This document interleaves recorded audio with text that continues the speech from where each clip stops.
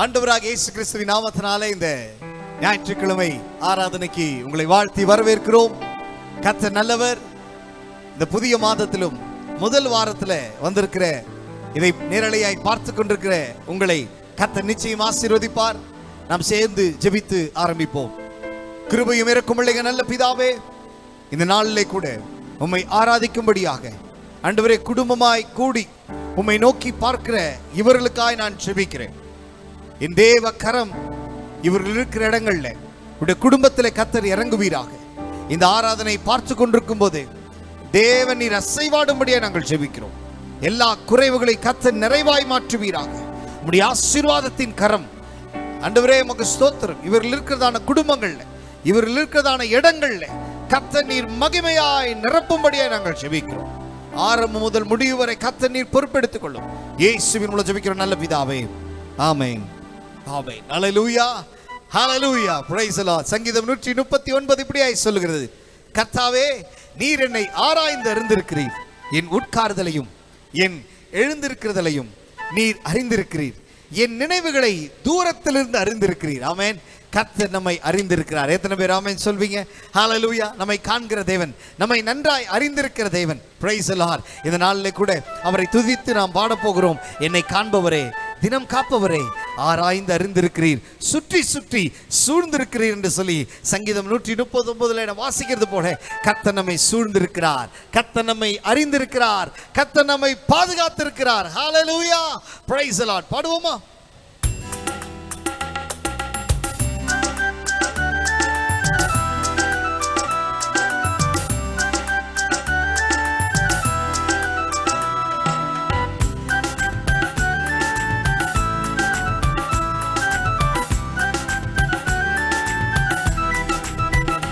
என்னை காண்பவரே, தினம் காப்பவரே, என்னை காண்பவரே, தினம் காப்பவரே, ஆராய்ந்து அறிந்திருக்கின்றீ, சுற்றி சுற்றி சூழ்ந்திருக்கின்றீ, ஆராய்ந்து அறிந்திருக்கின்றீ, சுற்றி சுற்றி சூழ்ந்திருக்கின்றீ, நான் அமர்வதும் நான் எழுவதும், நான் அமர்வதும், சொல்லுங்களேன், நான் எழுவதும் நன்றாய் நீர் அறிந்திருக்கின்றீ, என்னை நன்றாய் நீர் அறிந்திருக்கின்றீ, என்னை காண்பவரே, தினம் காப்பவரே, என்னை காண்பவரே, தினம் காப்பவரே. நம்முடைய எண்ணங்கள், நம்முடைய ஏக்கம் எல்லாம் அறிந்திருக்கிற கர்த்தர் நம்முடைய நாவில சொல் பிறவதற்கு முன்பதாகவே உங்களுடைய என்னுடைய எண்ணத்தையும் அவர் அறிந்திருக்கிறவராக இருக்கிறார். அவர் எவ்வளவு நல்லவர் பாருங்களேன். நல்ல கரங்களை தட்டி சேர்ந்து சொல்ல போகிறோம். ஆமென்.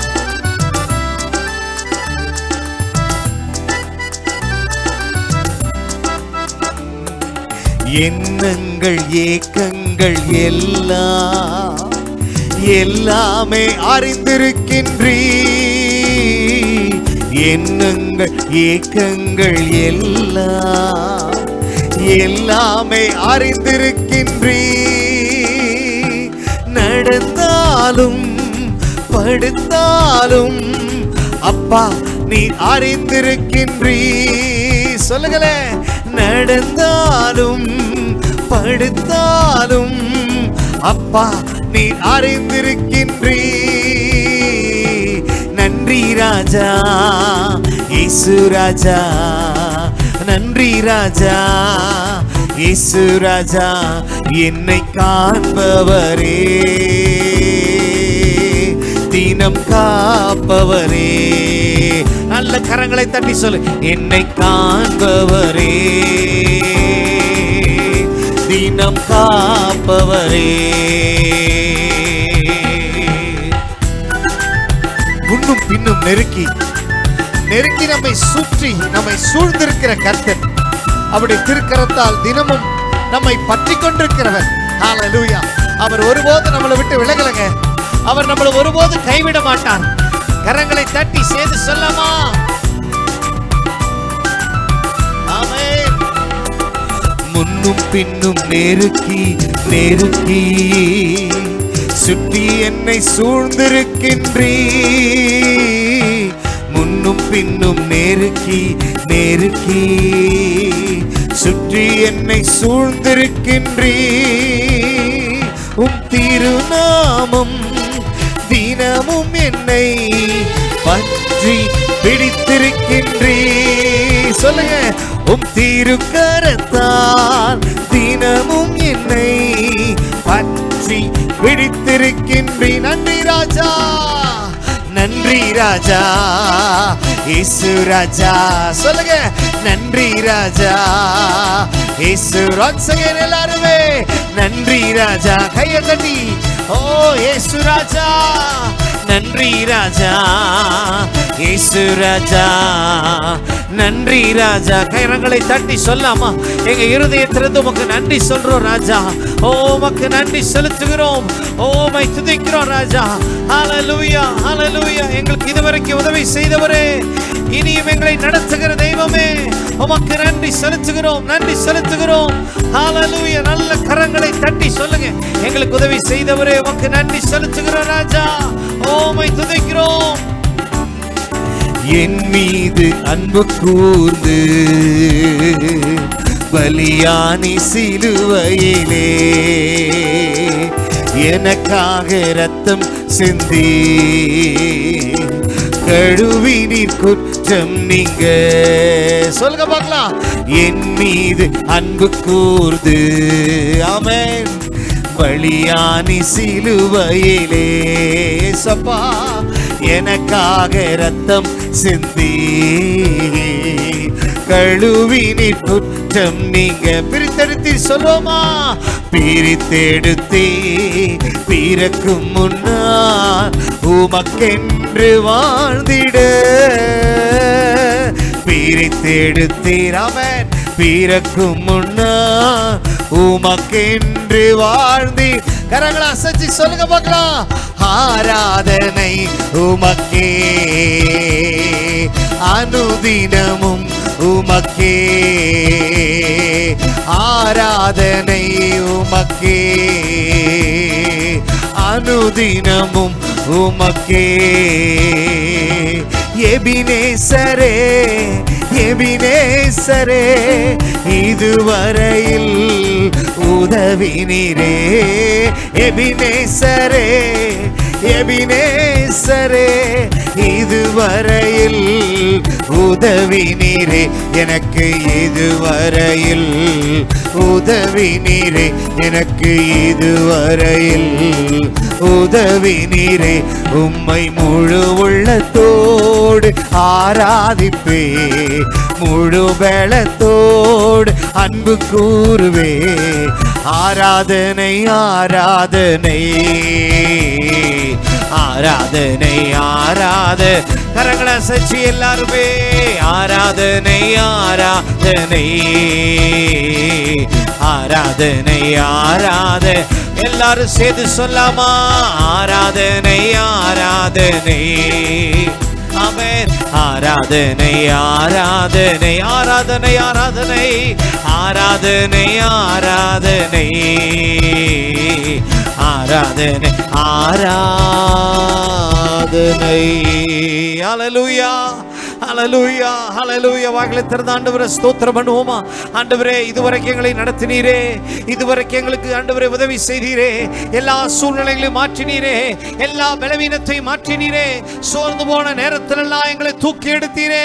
ஹல்லேலூயா. உமக்கு நன்றி செலுத்துகிறோம். பலவீனப்பட்ட நேரத்திலெல்லாம் எங்க பலனை ஆண்டவரே உமக்கு ஸ்தோத்திரம். ஹல்லேலூயா. எங்களுடைய பலனை கர்த்தர் நீர் கொடுத்தீரே, சூழ்நிலைகளை மாற்றினீரே. ஓ ஹல்லேலூயா. ரிபாலரதலர ஷகரதல ஹalleluya. கரங்களை உயர்த்தி சொல்லுங்க, அவர் யாக்கோபின் தேவன், நம்மை நடத்துகிற தேவனாக இருக்கிறார். ஆமென். அவரே நமக்கு துணையாக, அவரே நமக்கு சொன்னதை செய்கிறவராக இருக்கிறார். எத்தனை பேர் விசுவாசிக்கிறீங்க? உங்க வாழ்க்கையில இன்னும் சொன்னதை கர்த்தர் செய்யவில்லைன்னு சொல்லி கலங்கி கொண்டிருக்கிறீங்களா? கர்த்தர் சொல்லுகிறார், நான் சொன்னதை செய்யும் அளவு உன்னை கைவிடுவதும் இல்லை, உன்னை விட்டு விலகுவதும் இல்லை என்று கர்த்தர் சொல்லுகிறார். விசுவாசிக்கிறவங்க கரங்களை தட்டி சொல்லுங்க, ஹalleluya. நீ சொன்னதை செய்யற அளவுக்கு ஆண்டவரே எங்களுக்கு விடுறதில்லை ராஜா. உமக்கு நன்றி நன்றி நன்றி நன்றி நன்றி செலுத்துகிறோம். ரெண்டு கரங்களை உயர்த்தி சொல்லாமா? ஏதும் இல்லை என்ற கவலை இல்லை, துணையாளர் என்னை விட்டு விலகவில்லை. சொல்லுங்கள, ஏதும் இல்லை என்ற கவலை இல்லை, துணையாளர் என்னை விட்டு விலகவில்லை, சொன்னதை செய்தீரும் தகப்பன் அவர், சொன்னதை செய்தீரும் தகப்பன் அவர். எல்லாரும் நம்புவேன் இறுதி வரை, நம்புவேன் இறுதி வரை. எத்தனை பேர் சொல்லுவீங்க, என்னை சுற்றி எது நடந்தாலும், என்ன காரியங்கள் வந்தாலும், ஓ ஹalleluya, நான் நம்புகிற கர்த்தர் அவரே என்னுடைய நித்திய கண்மலையாக இருக்கிறார், அவரே எனக்கு நிரந்தரமாக இருக்கிறார், அவரே என்னை நடத்துகிறவராக இருக்கிறார், எல்லா கோணலான வழிகளையும் செவைப்படுத்துகிறவர். ஓ ரமா லாரா ஷகா ராதா லாராமா. ஓ கர்த்தர் நித்தமும் உன்னை நடத்தி, ஓ மகா வறட்சியான காலங்களிலும் உன்னை திருப்தியாக்குகிறவர், உன்னை நிச்சயம் திருப்தியாக்குவார். எதுவுமே இல்லை என்று சொல்லி கவலைப்படாதே. கர்த்தர் உன்னோடு கூட இருக்கிறார், உன்னது வலது பாரசத்தில் இருக்கிறார், உன் பக்கத்தில் இருக்கிறார், உன் கரத்தை பிடித்துக் கொண்டிருக்கிறார். அவர் உன்னையும் என்னையும் அவர் ஒருபோது கைவிட மாட்டார். கரங்களை தட்டி சொல்லுங்க, என் தேவன் ஒருபோது என்னை கைவிட மாட்டார், என்னை நடத்துவார்.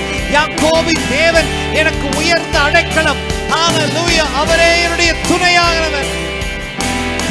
ரெண்டு கரங்களை உயர்த்தி, யாக்கோபின் தேவன் என் தேவன், எனக்கென்றும் துணையவரே, என்னாலும் நடத்துவாரே. சொல்லாமா? யாக்கோபின் தேவன் என் தேவன், எனக்கென்றும் துணையவரே, என்னாலும் நடத்துவாரே. எனக்கு அருமையான சகோதரா சகோதரி, உங்க வாழ்க்கையில் நீங்க தனிமை இல்லைங்க, கர்த்தர் உங்க பக்கத்தில் இருக்கிறார்.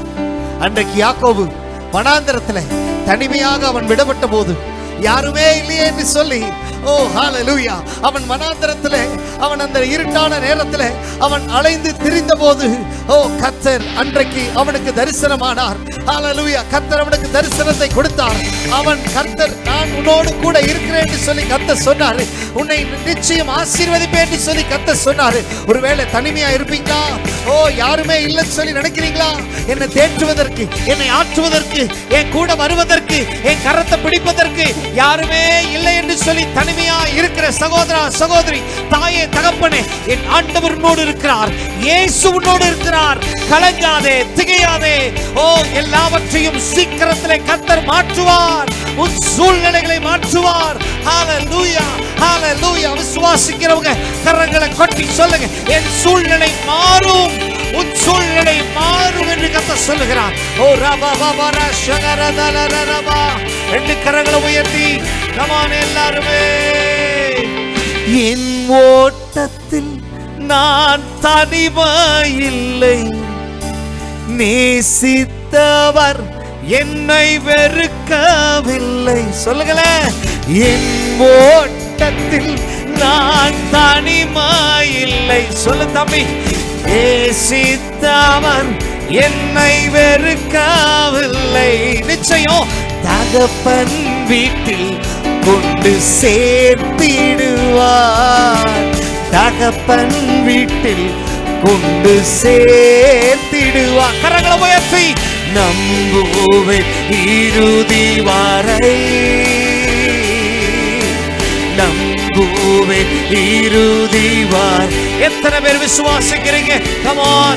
நம்புவேன் இறுதி வரை, நம்புவேன் இறுதி வரை. நிந்தனைகள் போராட்டம் வந்தும் நீதியின் தேவன் தாங்குவாரே. நிந்தனைகள் போராட்டம் வந்தும் நீதியின் தேவன். Come on, கரங்களை உயர்த்தி நேசக்கோடி சொல்லாமா? நேசக்கோடி என்மேல் பறக்க நேசருக்காய் ஜீவித்திருவேன். Come on, நேசக்கோடி என்மேல் பறக்க நேசருக்காய்.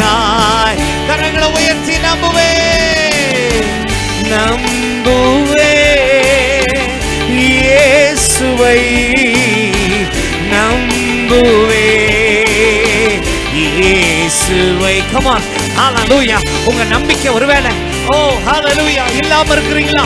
விசுவாசம் இல்லாம இருக்கிறீங்களா? இது நடக்காதுன்னு பிசாசு சொல்லுவான். உங்களை சுற்றி இருக்க மனிதர்கள் சொல்லுவாங்க, நீ ஜீரோ, உன்னால முடியாது, இது நடக்காது என்று சொல்லுவாங்க.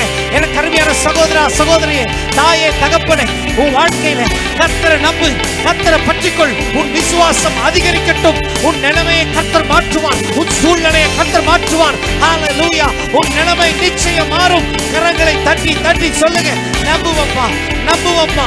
எது நடந்தாலும் ஹalleluya. Come on, yes, hallelujah. நம்புவேன் இயேசுவை, நம்புவேன்.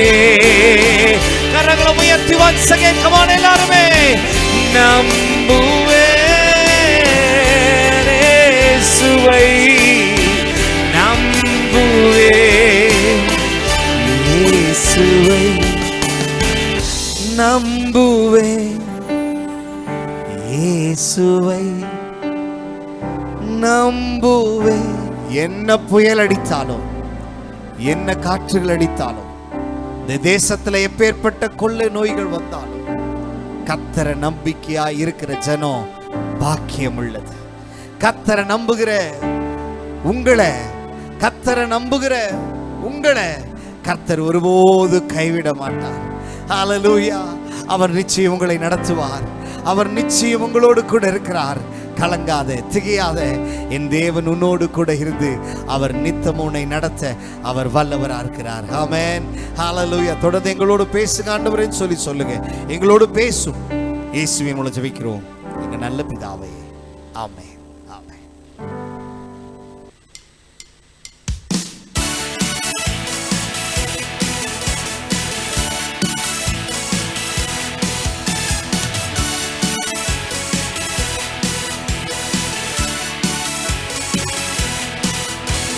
சிங்கக்கேபியில் நான் விழுந்தேன், அவர் என்னோடு அமர்ந்திருந்தார். சுற்றெரிக்கும் அக்கினியில் நடந்தேன், பனித்துளியா என்னை நனைத்தார். சிங்கக்கேபியில் நான் விழுந்தேன், அவர் என்னோடு அமர்ந்திருந்தார். சுற்றெரிக்கும் அக்கினியில் நடந்தேன், பனித்துளியா என்னை நனைத்தார். சிங்கக்கேபியோ சூளை நெருப்போ அவர் என்னை காத்திடுவார். சிங்கக்கேபியோ சூளை நெருப்போ அவர் என்னை காத்திடுவார்.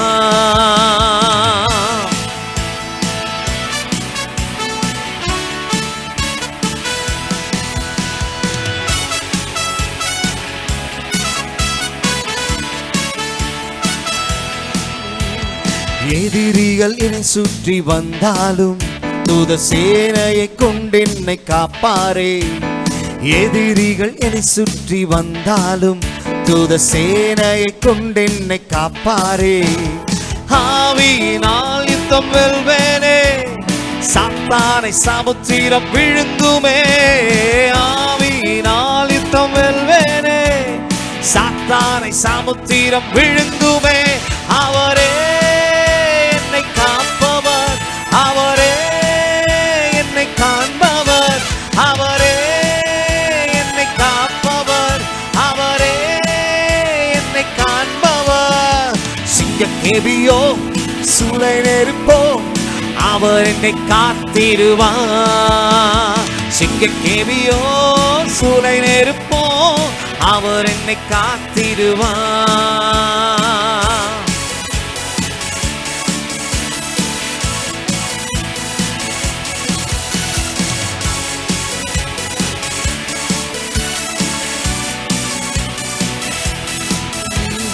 ராஜ்யம் எனக்குள்ளே வந்ததால் சூழ்ச்சிகள் என்னை ஒன்றும் செய்யாதே. ராஜ்யம் எனக்குள்ளே வந்ததால் சூழ்ச்சிகள் என்னை ஒன்றும் செய்யாதே. அற்புதம் எனக்காக செய்பவர் என்னை அதிசயமாய் வழி நடத்துவார். அற்புதம் எனக்காக செய்பவர் என்னை அதிசயமாய் வழி நடத்துவார். அவரே என்னை காப்பவர், அவரே என்னை காண்பவர், அவரே என்னை காப்பவர், அவரே என்னை காண்பவர். சிங்கக்கேபியோ சூளை நெருப்போ அவர் என்னை காத்திடுவார். சிங்கக்கேபியோ சூளை நெருப்போ அவர் என்னை காத்திடுவார். சிங்கக்கேபியில் நான் விழுந்தேன், அவர் என்னோடு அமர்ந்திருந்தார். சுட்டெரிக்கும் அக்கினியில் நடந்தேன், பனி துளியாய் என்னை நனைத்தார். சிங்கக்கேபியில் நான் விழுந்தேன், அவர் என்னோடு அமர்ந்திருந்தார். சுட்டெரிக்கும் அக்கினியில் நடந்தேன், பனி துளியாய் என்னை நனைத்தார். சிங்கக்கேபியோ சூளை நெருப்போ அவர் என்னை காத்திடுவார். சிங்கக்கேபியோ சூளை நெருப்போ அவர் என்னை காத்திடுவார்.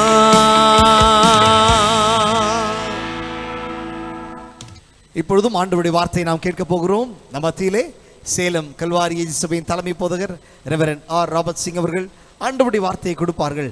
ஜெப சிந்தனையோடு கவனியுங்கள். நிச்சயம் கர்த்தர் உங்களோடு பேசுவார்.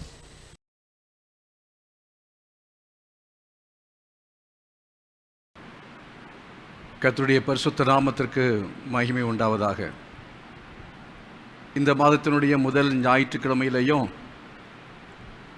தேவனுடைய மிகுந்த கிருபையினாலே அவருடைய நாமத்தை நாம் தொழுது கொள்ளும்படி, ஆராதிக்கும்படி, தேவனுடைய வசனங்களை நாம் தியானிக்கும்படி கர்த்தர் நமக்கு கொடுத்ததான பெரிய அவருடைய கிருபைக்காக நாம் கர்த்தருக்கு நாம் நன்றி சொல்ல வேண்டும்.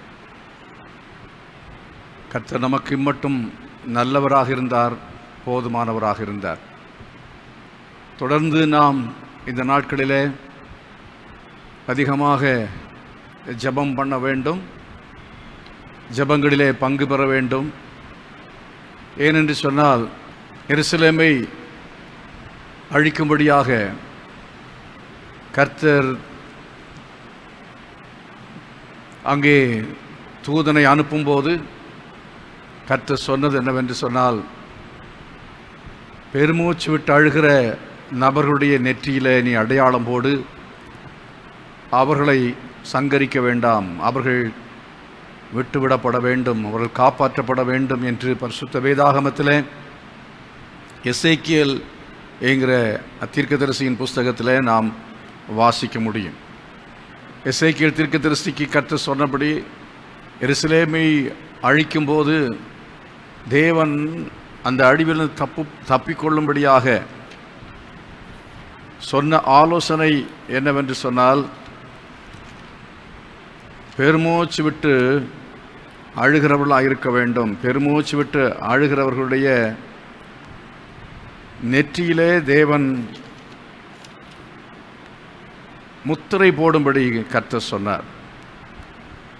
அவ்விதமாக முத்திரை போடப்பட்டவர்கள் அவர்கள் மாத்திரம் காக்கப்பட்டார்கள்.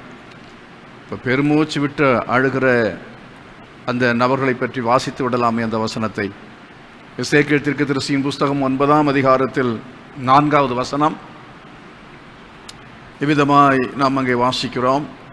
கர்த்தர் அவனை நோக்கி, நீ எருசலேம் நகரம் எங்கு உருவப்போய் அதற்குள்ளே செய்யப்படுகிற சகல அருவருப்புகளின் நிமித்தமும் பெருமூச்சு விட்டு அழுகிற மனுஷரின் நெற்றிகளில் அடையாளம் போடு என்று கர்த்தர் சொன்னார். எதற்காக அடையாளம் போட வேண்டும்? பின்பு அவரின் காதுகள் கேட்க மற்றவர்களை நோக்கி, நீங்கள் இவன் பின்னாலே நகரமெங்கும் உருவ போய் வெட்டுங்கள், உங்கள் கண் தப்ப விடாமலும் நீங்கள் இறங்காமலும் முதியோரையும் வாலிபரையும் கன்னிகைகளையும் குழந்தைகளையும் ஸ்திரீகளையும் சங்கரித்து கொன்று போடுங்கள், அடையாளம் போடப்பட்டிருக்கிற ஒருவனையும் கிட்டாதிருங்கள், என் பரிசுத்த ஸ்தலத்திலே துவங்குங்கள் என்று என் காதுகள் கேட்க சொன்னார்.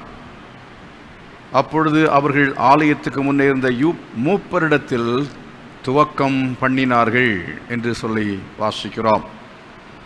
7ஆம் வசனம் சொல்கிறது, அவர் அவர்களை நோக்கி, நீங்கள் ஆலயத்தை தீட்டுப்படுத்தி பிரகாரங்களை கொலையுண்டவர்களாலே நிரப்பி புறப்பட்டு போங்கள் என்றார். அவர்கள் நகரத்தில் போய் வெட்டினார்கள்.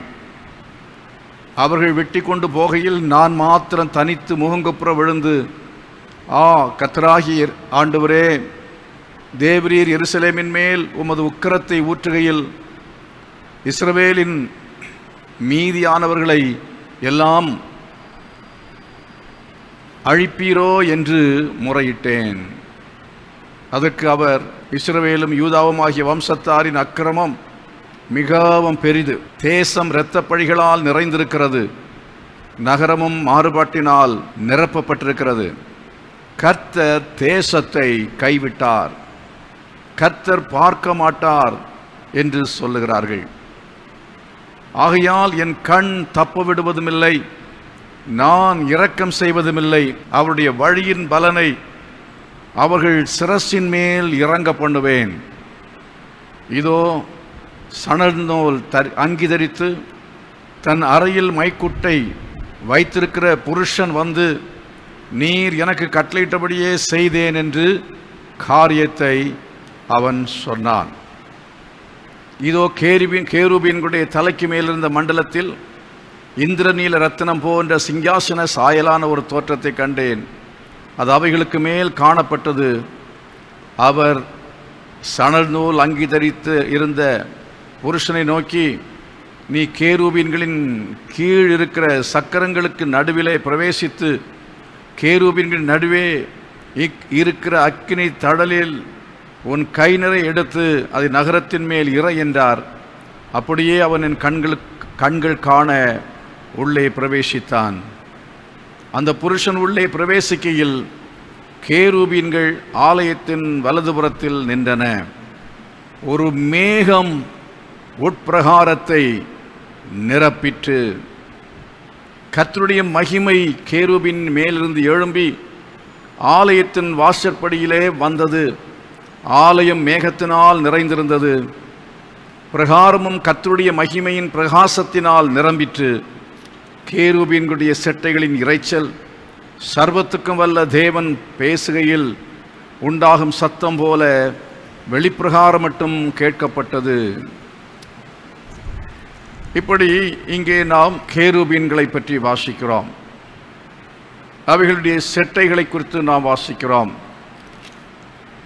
இந்த கேருபீன்களின் செட்டைகள் அது தேவாலயத்தில் தேவனுடைய மகிமை மூடியிருந்ததான காரியங்கள் எல்லாமே சொல்லப்பட்டிருக்கிறது.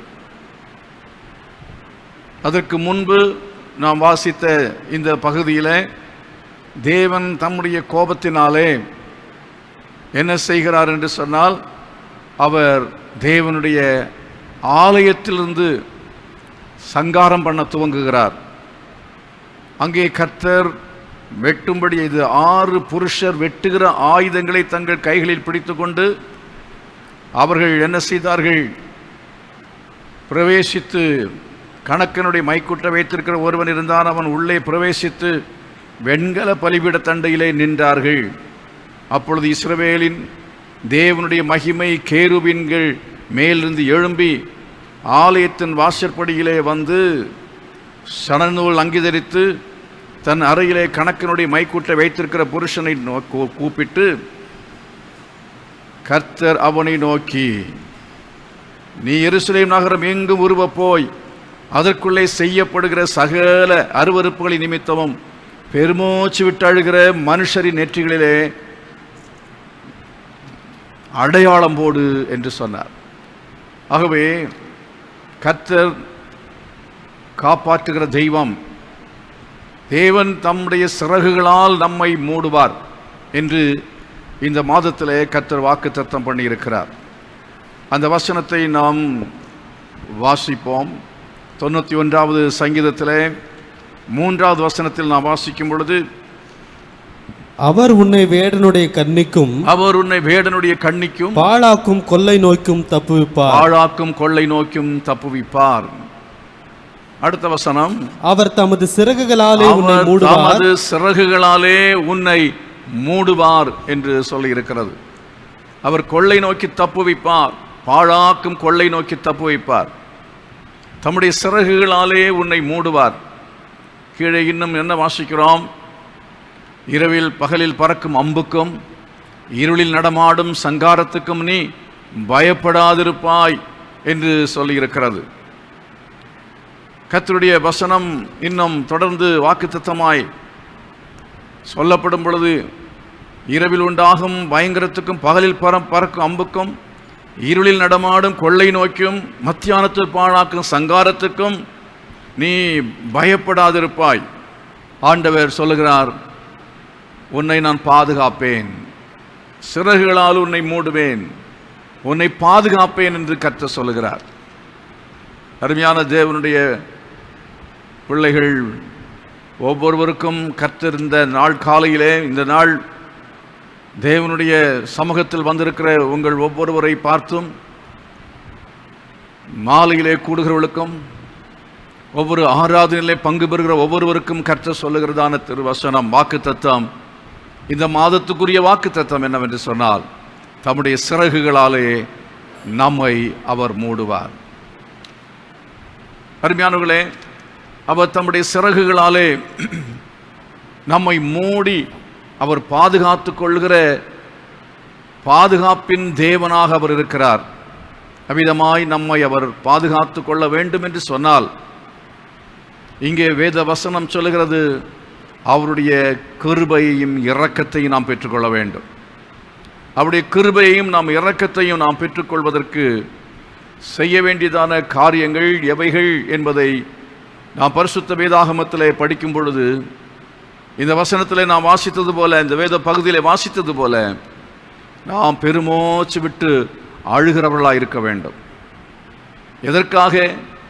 தேசத்திலே செய்யப்படுகிறதான சகல அருவருப்புகளின் நிமித்தமாக.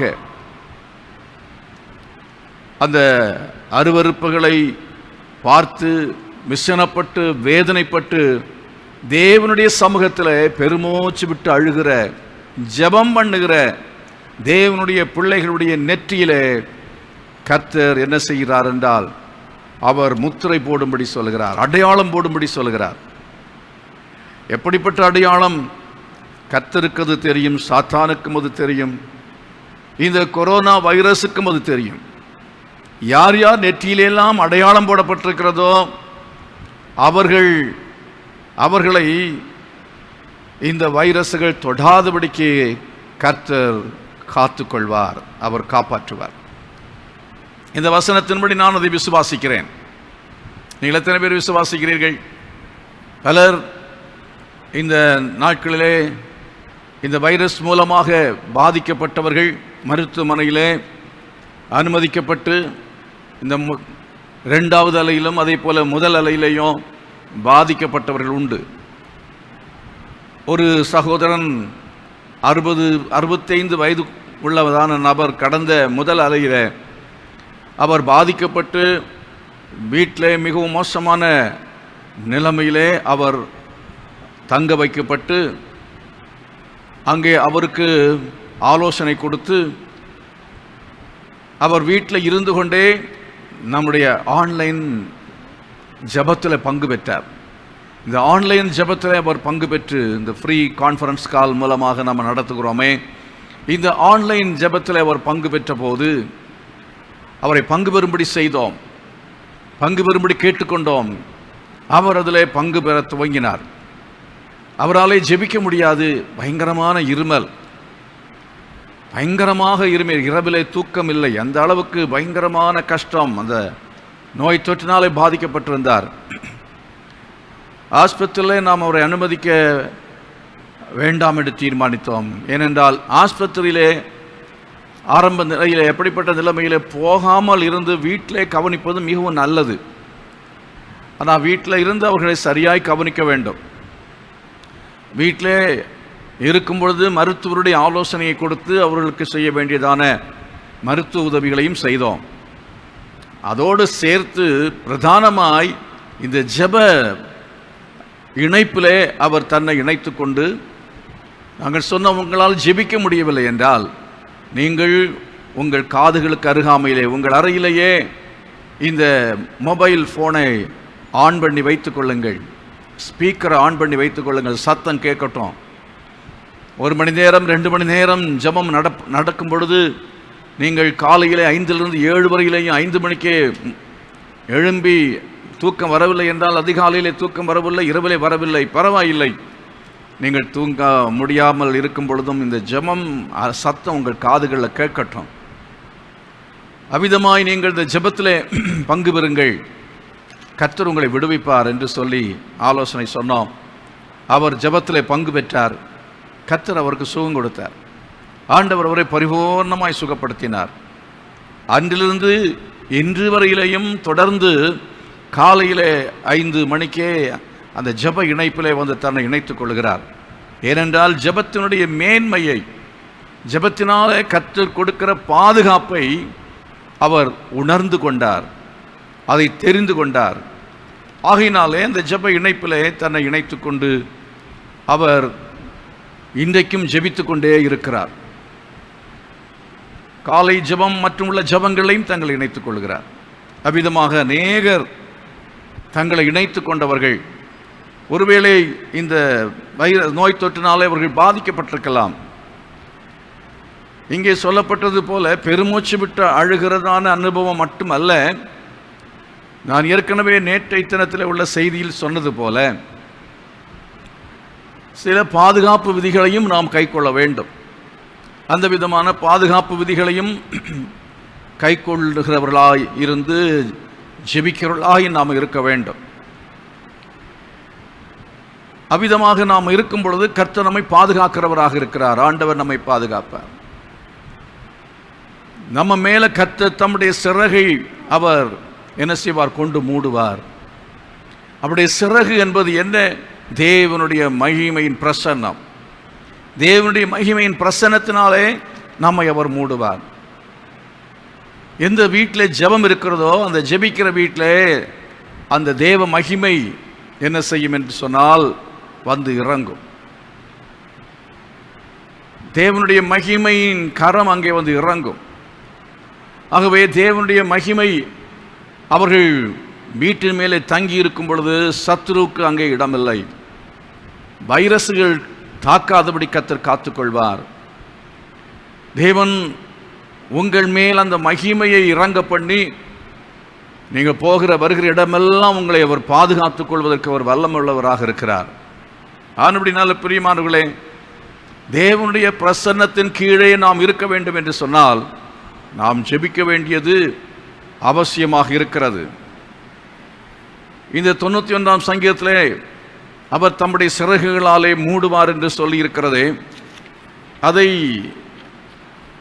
அவ்விதமாய் தேவன் மூடுகிற அந்த அனுபவம் என்பது தேவ பிரசன்னத்துக்கு கீழே நம்மை தேவன் வைத்து பாதுகாக்கிற அனுபவம் என்று சொன்னேன்.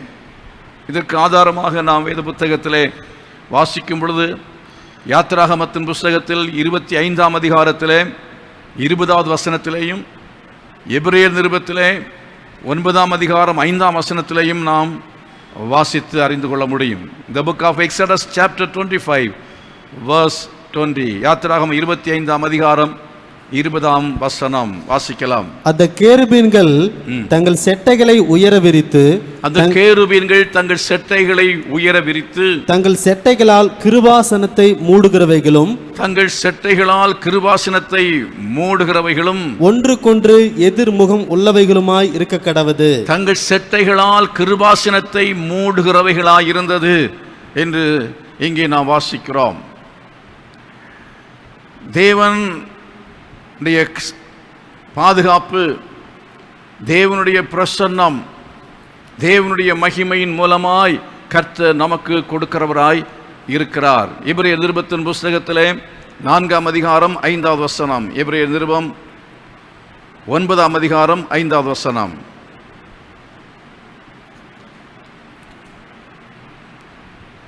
எபிரேயர் நிருபம் 9ஆம் அதிகாரம் 5வது வசனம். அதற்கு மேலே மகிமையுள்ள கேருபீன்கள்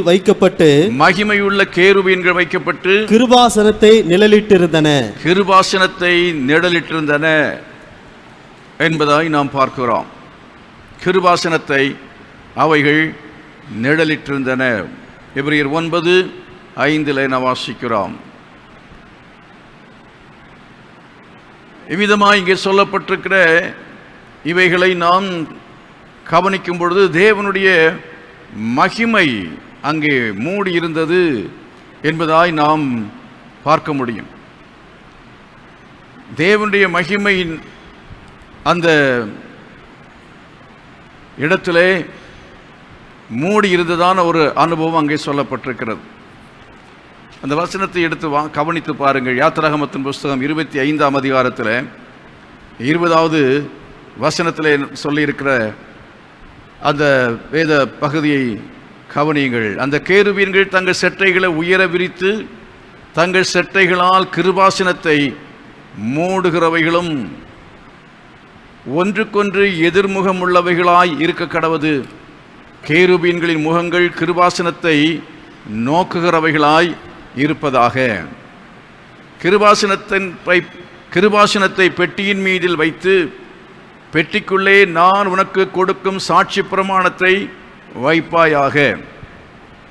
கிருபாசனத்தின் மீதிலும் சாட்சி பெட்டியின் மேல் நிற்கும் 2 கேருபீன்கள் நடுவிலும் இருந்து நான் இஸ்ரவேல் புத்திரருக்காக உனக்கு கற்பிக்க போகிறவர்களெல்லாம் உன்னோடையே சொல்லுவேன் என்று கர்த்தர் மோசேக்கு சொன்னார். கர்த்தர் அங்கே என்ன செய்கிறார் என்று சொன்னால், அந்த கிருபாசனத்துக்கு மேலே வைக்கப்பட்டிருக்கிற கேருபீன்கள் 2க்கும் நடுவில் இருந்து பேசுகிறார் என்று சொல்லி பார்க்கிறோம். நீங்கள் வேத பகுதியை நீங்கள் வாசித்து பார்க்கும் பொழுது, கவனிக்கும் பொழுது, வேத வசனத்தில் நாம் அதை குறித்து தெளிவாக அறிந்து கொள்ள முடிகிறது. என்னவென்று சொன்னால், தேவன் அந்த இடத்திலே அவர் இருந்து வெளிப்படுகிறார், பேசுகிறார். தேவனுடைய மகிமை அந்த இடத்துல தங்கி இருக்கிற காரியத்தை நாம் இங்கே என்ன செய்கிறோம்? வாசிக்கிறோம், அறிந்து கொள்கிறோம். ஆகவே தேவனுடைய மகிமையின் பிரசன்னம் அந்த செட்டைகளுக்கு கீழே இருக்கிறது. இந்த செட்டைகளுக்கு கீழே தேவனுடைய மகிமையின் பிரசன்னம் இருக்கிறது. இந்த மகிமையின் பிரசன்னத்தினாலே அவர்கள் காக்கப்பட வேண்டும் என்று சொன்னால் என்ன செய்ய வேண்டும்? இந்த கேருபீன்கள் 2ம் கிருபாசனத்தின் மேல் இணைத்து வைக்கப்பட்டிருந்தது என்பதாய் நாம் பார்க்கிறோம்.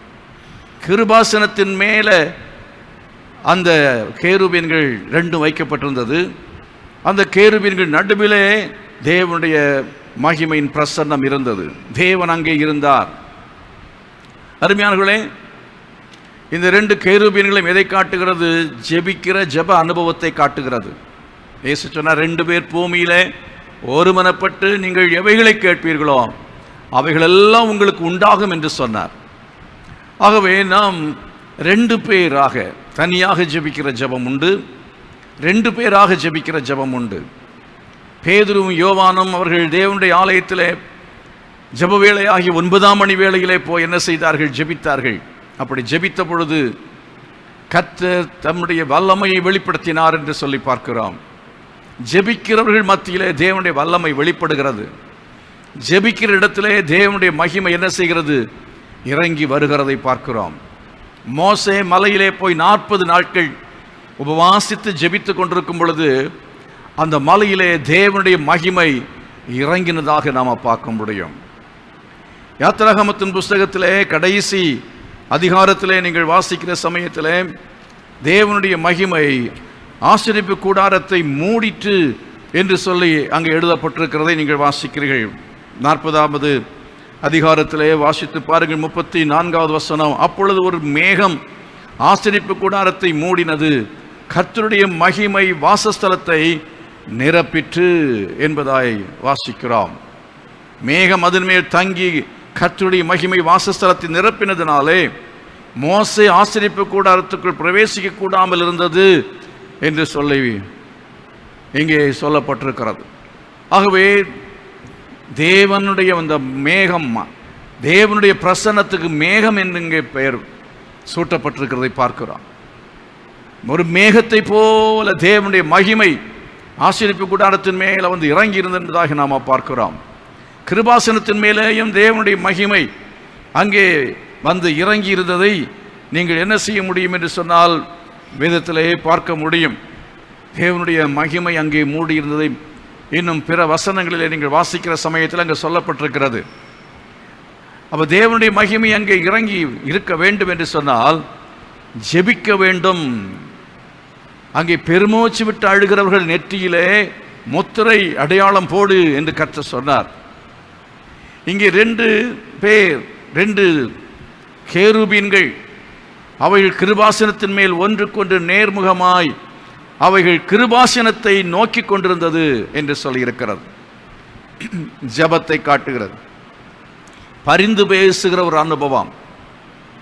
நாம் பரிந்து பெருமூச்சு விட்டு அழுகிறதான அனுபவம் என்று சொல்லும் பொழுது பரிந்து பேசுகிற ஒரு அனுபவத்தை அது காட்டுகிறது. அதாவது அழிந்து போகிற விதமாய் தேசத்தில் ஏற்பட்டிருக்கிற இந்த கொடிய வியாதியின் நிமித்தமாக, தேவனுடைய கோபத்து நிமித்தமாக ஏற்பட்டிருக்கிற இந்த மகா பயங்கரமான கொள்ளை நோய், இதில் அழிந்து போகிற மக்களுக்காக அவர்கள் படுகிற கஷ்டங்களை நினைத்து நீ பெருமூச்சு விடு என்று இங்கு சொல்லவில்லை. அதற்காக அல்ல இங்கே பெருமூச்சு விடும்படி கர்த்தர் சொன்னார். கர்த்தர் எதற்காக சொன்னார் என்றால், அவர்கள் அருவருப்புகளின் நிமித்தம் நீ பெருமூச்சு விட்டு அழு என்று சொன்னார். இன்னைக்கு நம்ம அநேகர் எப்படி ஜெபித்துக் கொண்டிருக்கிறோம் என்று கேட்டால், என்ன ஜெபித்துக் கொண்டிருக்கிறோம்? அந்த இடத்துல 100 பேர், அங்கே 200 பேர் கொரோனா நோய் தொற்றினால் பாதிக்கப்பட்டிருக்கிறார்கள், அதற்காக ஜெபிக்க வேண்டும்.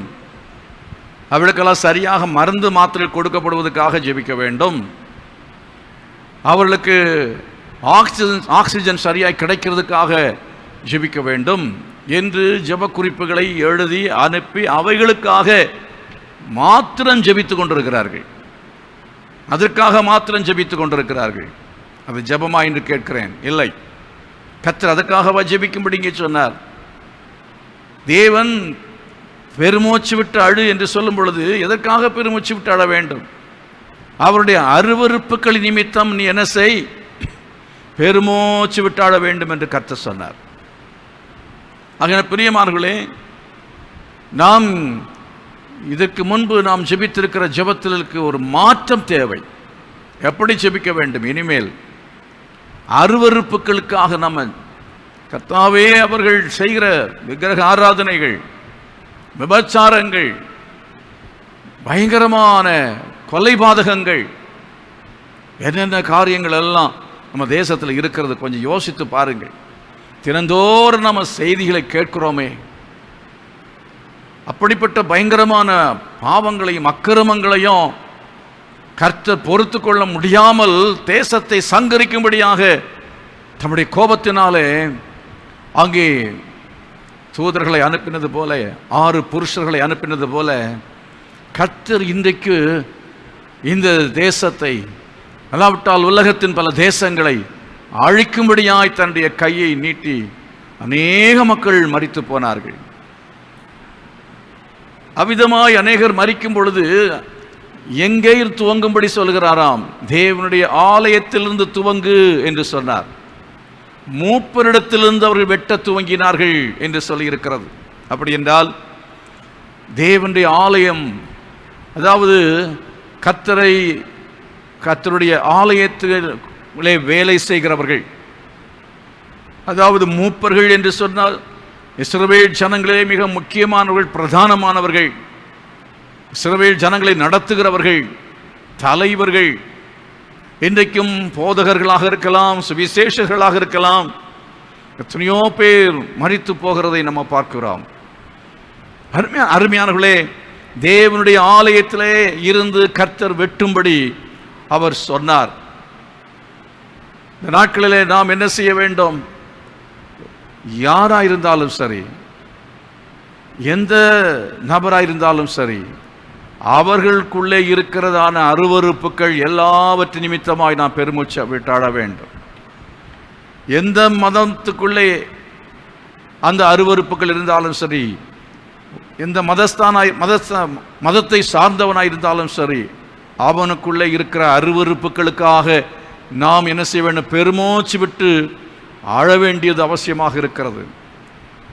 அப்படி பெருமூச்சு விட்டு அருவருப்புகளுக்காக நம்ம ஜெபிக்கும் பொழுது, ஜெபிக்க வேண்டும் என்றால் நம்முடைய வாழ்க்கையிலே ஒரு சுத்திகரிப்பு முதலாவது தேவை. நாம் ஜெபிக்கும் பொழுது, இவ்விதமாய் பாவங்கள் செய்கிற மக்களுக்காய் ஜெபிக்கும் பொழுது, நாம் ஒரு மாய்மாலக்காரனாக ஜெபிக்கக்கூடாது. நாம் பாவத்தை செய்து கொண்டு, பாவத்தில் ஜீவித்து கொண்டு, அவர்களுடைய பாவங்களை சொல்லி ஜெபிப்போம் என்றால் பெருமூச்சும் வராது, அழுகையும் வராது. மாய்மாலமாய் நாம் ஜெபம் பண்ணி கொண்டிருப்போம். நம்முடைய ஜெபம் மாய்மாலமாய் இருந்து விடக்கூடாது. மாய்மாலமாய் நாம் ஜெபிக்காமல் என்ன செய்ய வேண்டும்? உண்மையாகவே பெருமூச்சோடு, ஊக்கத்தோடு, பாரத்தோடு ஜெபிக்க வேண்டும். ஏன் பெருமூச்சு? கர்த்தாவே, இந்த அருவருப்புகளின் நிமித்தமாய் தேசத்தை அழித்து விடாதிரும், தேசத்தை அழிக்க வேண்டாம், காப்பாற்றும், இன்னும் ஒரு வருஷம் இருக்கட்டும் என்று சொல்லி அந்த அத்திமரத்தை வெட்டும்படி வந்ததான எஜமானை பார்த்து சொல்லப்பட்டது போல நாம் என்ன செய்ய வேண்டும்? இன்னும் ஒரு வருஷம் இருக்கட்டும், இன்னும் ஒரு வருஷம் இருக்கட்டும்.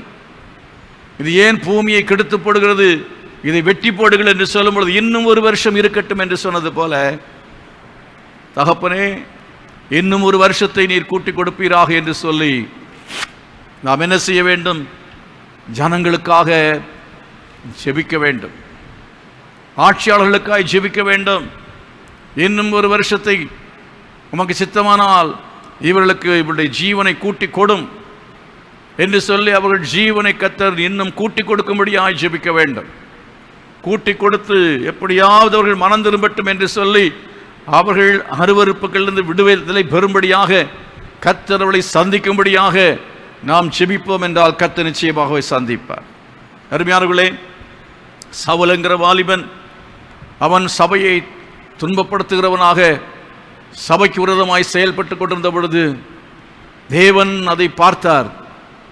தேவ ஜனங்கள் அவனுக்காக கண்ணீரோடு ஜெபம் பண்ணினார்கள், பெருமூச்சு விட்டு அழுதார்கள். அவ்விதமாய் பெருமூச்சு விட்டு அழுகிற சத்தத்தை கர்த்தர் கேட்டு என்ன செய்தான்?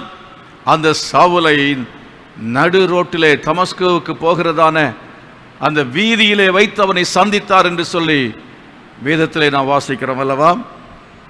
அப்படி என்று சொன்னால் இன்றைக்கும் நாம் ஜெபிக்கும் பொழுது அநேக சவுல்கள், கிறிஸ்தவ மார்க்கத்துக்கு விரோதமாக எழும்புகிற சவுல்கள் உண்டு.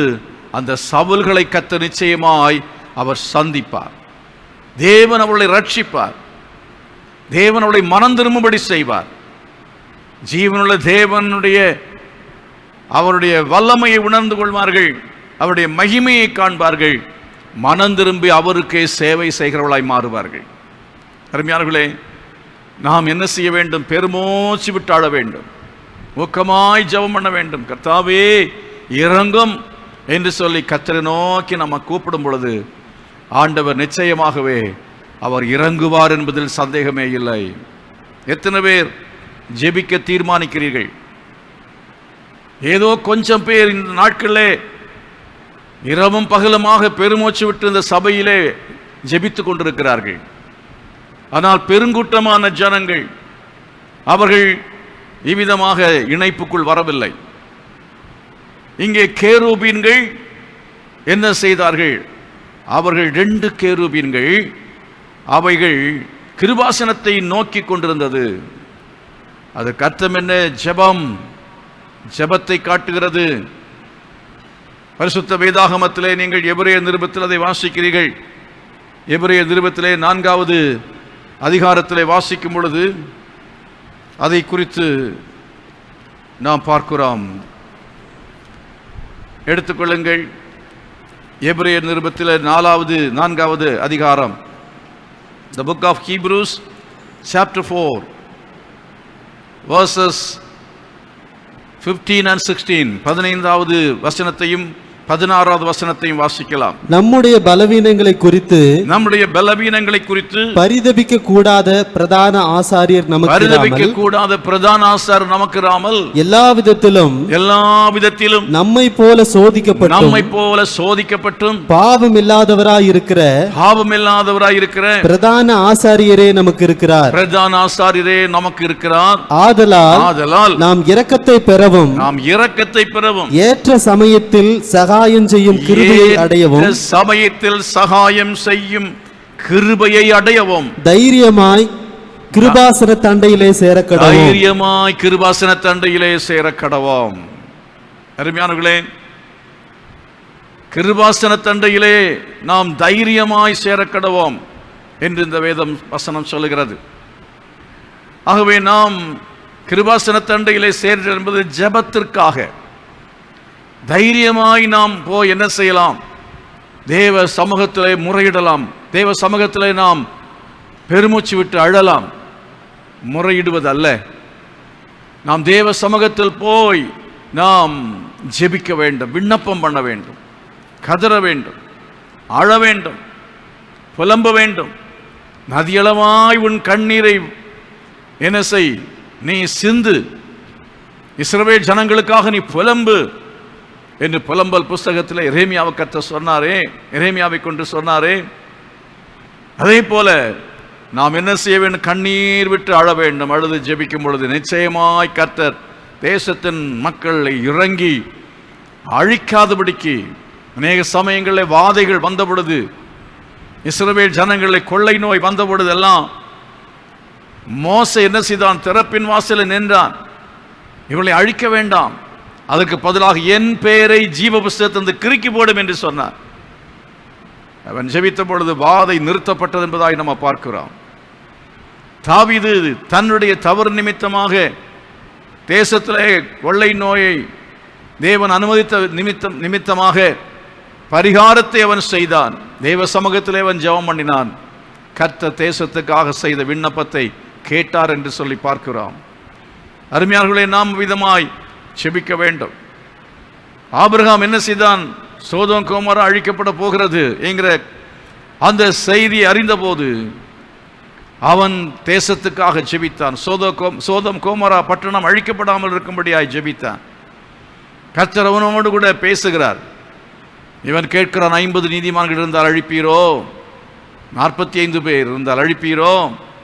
35 பேர் இருந்தால் அழிப்பீரோ? கடைசியாக 15 நீதிமான்கள் இருந்தால் அழிப்பீரோ? இப்படி கேட்டுக்கொண்டே இருக்கிற ஆண்டவருடைய சமூகத்தில் அவன் என்ன செய்கிறான் என்றால், பேரம் பேசுகிறது போல ஆண்டவருடைய சமூகத்தில் அவன் கேட்கிறான், கெஞ்சுகிறான், எப்படியாவது காப்பாற்ற வேண்டுமே என்று சொல்லி. எப்படியும் அவன் ஜெபம் கேட்கப்பட்டு கர்த்தர் லோத்துவையும் அவனுடைய குடும்பத்தையும் அங்கிருந்து விடுவித்து வெளியே கொண்டு வந்தார். தூதனை அனுப்பினார். கர்த்தர் தூதனை அனுப்பி லோத்துவன் கையை பிடித்தவர் வெளியே இழுத்து கொண்டு வந்து பட்டணத்துக்கு வெளியே விட்டார்கள். பட்டணத்துக்கு வெளியே விட்ட பொழுது அங்கே தேவனுடைய அக்கினியும் கந்தகமும் வானத்திலிருந்து இறங்கி வந்து அந்த சோதோம் கோமோரா பட்டணத்தை பட்சித்து போட்டது என்று சொல்லி பார்க்கிறோம். கர்த்தர் அன்றைக்கு லோத்துவை காப்பாற்றினார். லோத்துவை காப்பாற்ற முடிந்ததானால் லோத்துவின் மனைவி பின்திரும்பி பார்த்தபடினாலே உப்பு தூணாய் போனாள் என்று சொல்லி பார்க்கிறோம். நம்ம என்னதான் ஜெபித்தாலும் சில ஆட்கள் அவர்கள் ஜெபிக்காமல் உலக பிரகாரமான காரியங்களிலேயே பற்று வைத்து பாசம் வைத்து உலகத்திலே அடிமைப்பட்டு அவர்கள் எண்ணமெல்லாம் உலகம் உலகம் உலகம் என்று இருக்கும் பொழுது அவர்களை காப்பாற்றவே முடியாது. பொருளாசை மிகுந்த மக்கள், பேராசை மிகுந்த மக்கள். லோத்துவின் மனைவியை நினைத்துக் கொள்ளுங்கள் என்று கர்த்தர் சொன்னார் பாருங்கள். எதற்காக? லோத்துவின் மனைவி அவள் பின் திரும்பி பார்த்தாள். உலகத்தை விட முடியவில்லை. உலகத்தினுடைய ஆசைகளையும் இச்சைகளையும் விட்டு வெளியே வர மனமில்லாமல் இருக்கிறதான ஜனங்கள், தூதர்கள் கையை பிடித்து இழுத்து கொண்டு வந்தாலும் அவர்கள் வரமாட்டார்கள், தாமதித்து கொண்டிருப்பார்கள். அப்படியே இழுத்து கொண்டு வந்தாலும் பின்திரும்பி பார்ப்பார்கள். அவர்கள் ஒருவேளை வந்தாலும் அவங்களுடைய மனம் இங்கே இருக்காது. மனம் இல்லை. அவர்கள் ஜபத்தினாலே, நம்முடைய ஜபத்தின் மூலமாக அவர்கள் கொண்டு வரப்பட்டாலும் மனம் ஒரு உலகத்தில் தான் இருந்து கொண்டிருக்கும். கர்த்தர் நம்முடைய ஜபத்தை கேட்கிறவர் என்கிற எத்தனை பேர் விசுவாசிக்கிறீர்கள்? அப்படிப்பட்டதான நிலைமையில் இருக்கிற அவருடைய மனதையும் கர்த்தர் என்ன செய்ய வேண்டும்? அங்கிருந்து விடுவித்து தேவனுடைய சமூகத்தில் அவர்களையும் ஜெபிக்கிறவர்களாய் மாற்றும்படி நாம் விண்ணப்பம் பண்ண வேண்டும். தரிசனம் உள்ளவர்களாய் மாற்றும்படி நாம் அவர்களுக்காய் ஜெபிக்க வேண்டும். கர்த்தர் நிச்சயமாய் அதை செய்வார் நான் விசுவாசிக்கிறேன். விசுவாசிக்க எத்தனை பேர் விசுவாசிக்கிறீர்கள்? ஆமேன் சொல்லுவோம். ஆமேன், ஹல்லேலூயா. அருமையானவர்களே, தேவ சமூகத்தில் நாம் அழுது மன்றாடுகிற ஒரு அனுபவத்தை தான் அங்கே நாம் கேருபீன்களுடைய அனுபவத்தில் பார்க்கிறோம். கேருபீன்கள் கிருபாசனத்தை நோக்குகிறவைகளாக இருந்தது என்று சொல்லி இருக்கிறது. நாம் ஜெபிக்கும் பொழுது எப்படி ஜெபிக்க வேண்டும் என்று சொன்னால், நம்முடைய கிரியையை சார்ந்து, நம்முடைய பக்தியை சார்ந்து நாம் ஜெபிக்கிறவர்களாக இருக்கக்கூடாது. நம்முடைய பக்தியை சார்ந்து நாம் ஜெபிக்கிற மக்களாக இருக்கக்கூடாது. கிருபையை சார்ந்து நாம் ஜெபிக்க வேண்டும். இறங்கும் ஆண்டவரே என்று சொல்லி கேட்க வேண்டும். உடைய கிருபை என்று சொல்லி கிருபையை பற்றி கொள்ள வேண்டும். தேவனுடைய கிருபையை பற்றி கொண்டால் நிச்சயமாய் கர்த்தர் அவர் என்ன செய்வான்? நம்முடைய ஜெபங்களை அவர் கேட்பார். தேவனுடைய இரக்கத்துக்காய் நாம் கெஞ்சுவோம் என்று சொன்னால் கர்த்தர் நம்முடைய ஜெபத்தை நிச்சயமாய் கேட்பார். அருமையானவர்களே, கிருபாசனத்தை நோக்கி கொண்டே இருந்தது என்று சொல்லி பார்க்கிறோம். வாசித்தோம் எபிரேயர் நிருபத்திலே. நாம் என்ன செய்ய வேண்டும்? நம்முடைய பாவங்களை குறித்து, நம்முடைய அக்கிரமங்களுக்காக பரிதபிக்க கூடாத பிரதான ஆசாரியர் நமக்கு இருக்கவில்லை. கிருபாசனத்தை அண்டையிலே யார் வருகிறார்களோ, யார் சேருகிறார்களோ, யார் தேவனே நம்முடைய கிருபையின்படி இறங்கும் என்று சொல்லி கேட்கிறார்களோ அவர்களை கர்த்தர் நிச்சயமாய் விடுவிப்பார். நான் ஏற்கனவே சொன்னது போல, கூடி ஜெபிக்கிற ஜெபம், நீங்கள் தனியாக தேவ சமூகத்தில் அழுது ஜெபிக்க வேண்டும். தகப்பனே, உம்முடைய கிருபையின்படி என் குடும்பத்துக்கு இறங்கும், எனக்கு இறங்கும் என்று சொல்லி நீங்கள் எந்த நிலையில் அகப்பட்டிருந்தாலும் உங்கள் பாவங்களுக்காக நீங்கள் மனம் திரும்பி கிருபையின்படியா இறங்கும், என்னை விடுதலையாக்கும் என்று சொல்லி நீங்கள் கேட்க வேண்டும். கர்த்தர் உங்களை விடுதலையாக்குவார். உங்கள் ஆபத்தில் நீங்கள் அவரை தேடும் பொழுது அவருடைய கிருபை நிமித்தமாய், இரக்கத்து நிமித்தமாய் என்னை விடுதலையாக்கும் என்று சொல்லி கேளுங்கள். கர்த்தர் நிச்சயமாய் உங்களை என்ன செய்வார்? விடுதலையாக்குவார். ஆகவே தேவ சமூகத்தில் 2 பேர் வந்தார்கள். ஒருவர் என்ன செய்தான்? எப்படி ஜெபித்தான்? நான் வழக்கமாக ஜெபிக்கிறவன், நான் உபவாசம் பண்ணுகிறவன், வாரத்தில் 2 தரம் உபவாசிக்கிறேன், எல்லாவற்றையும் நான் தசம்பாகம் கொடுக்கிறேன் என்றெல்லாம் சொல்லி அவன் ஜெபித்தான். தன்னுடைய பக்தியிலே சார்ந்து அவன் ஜெபித்தான்.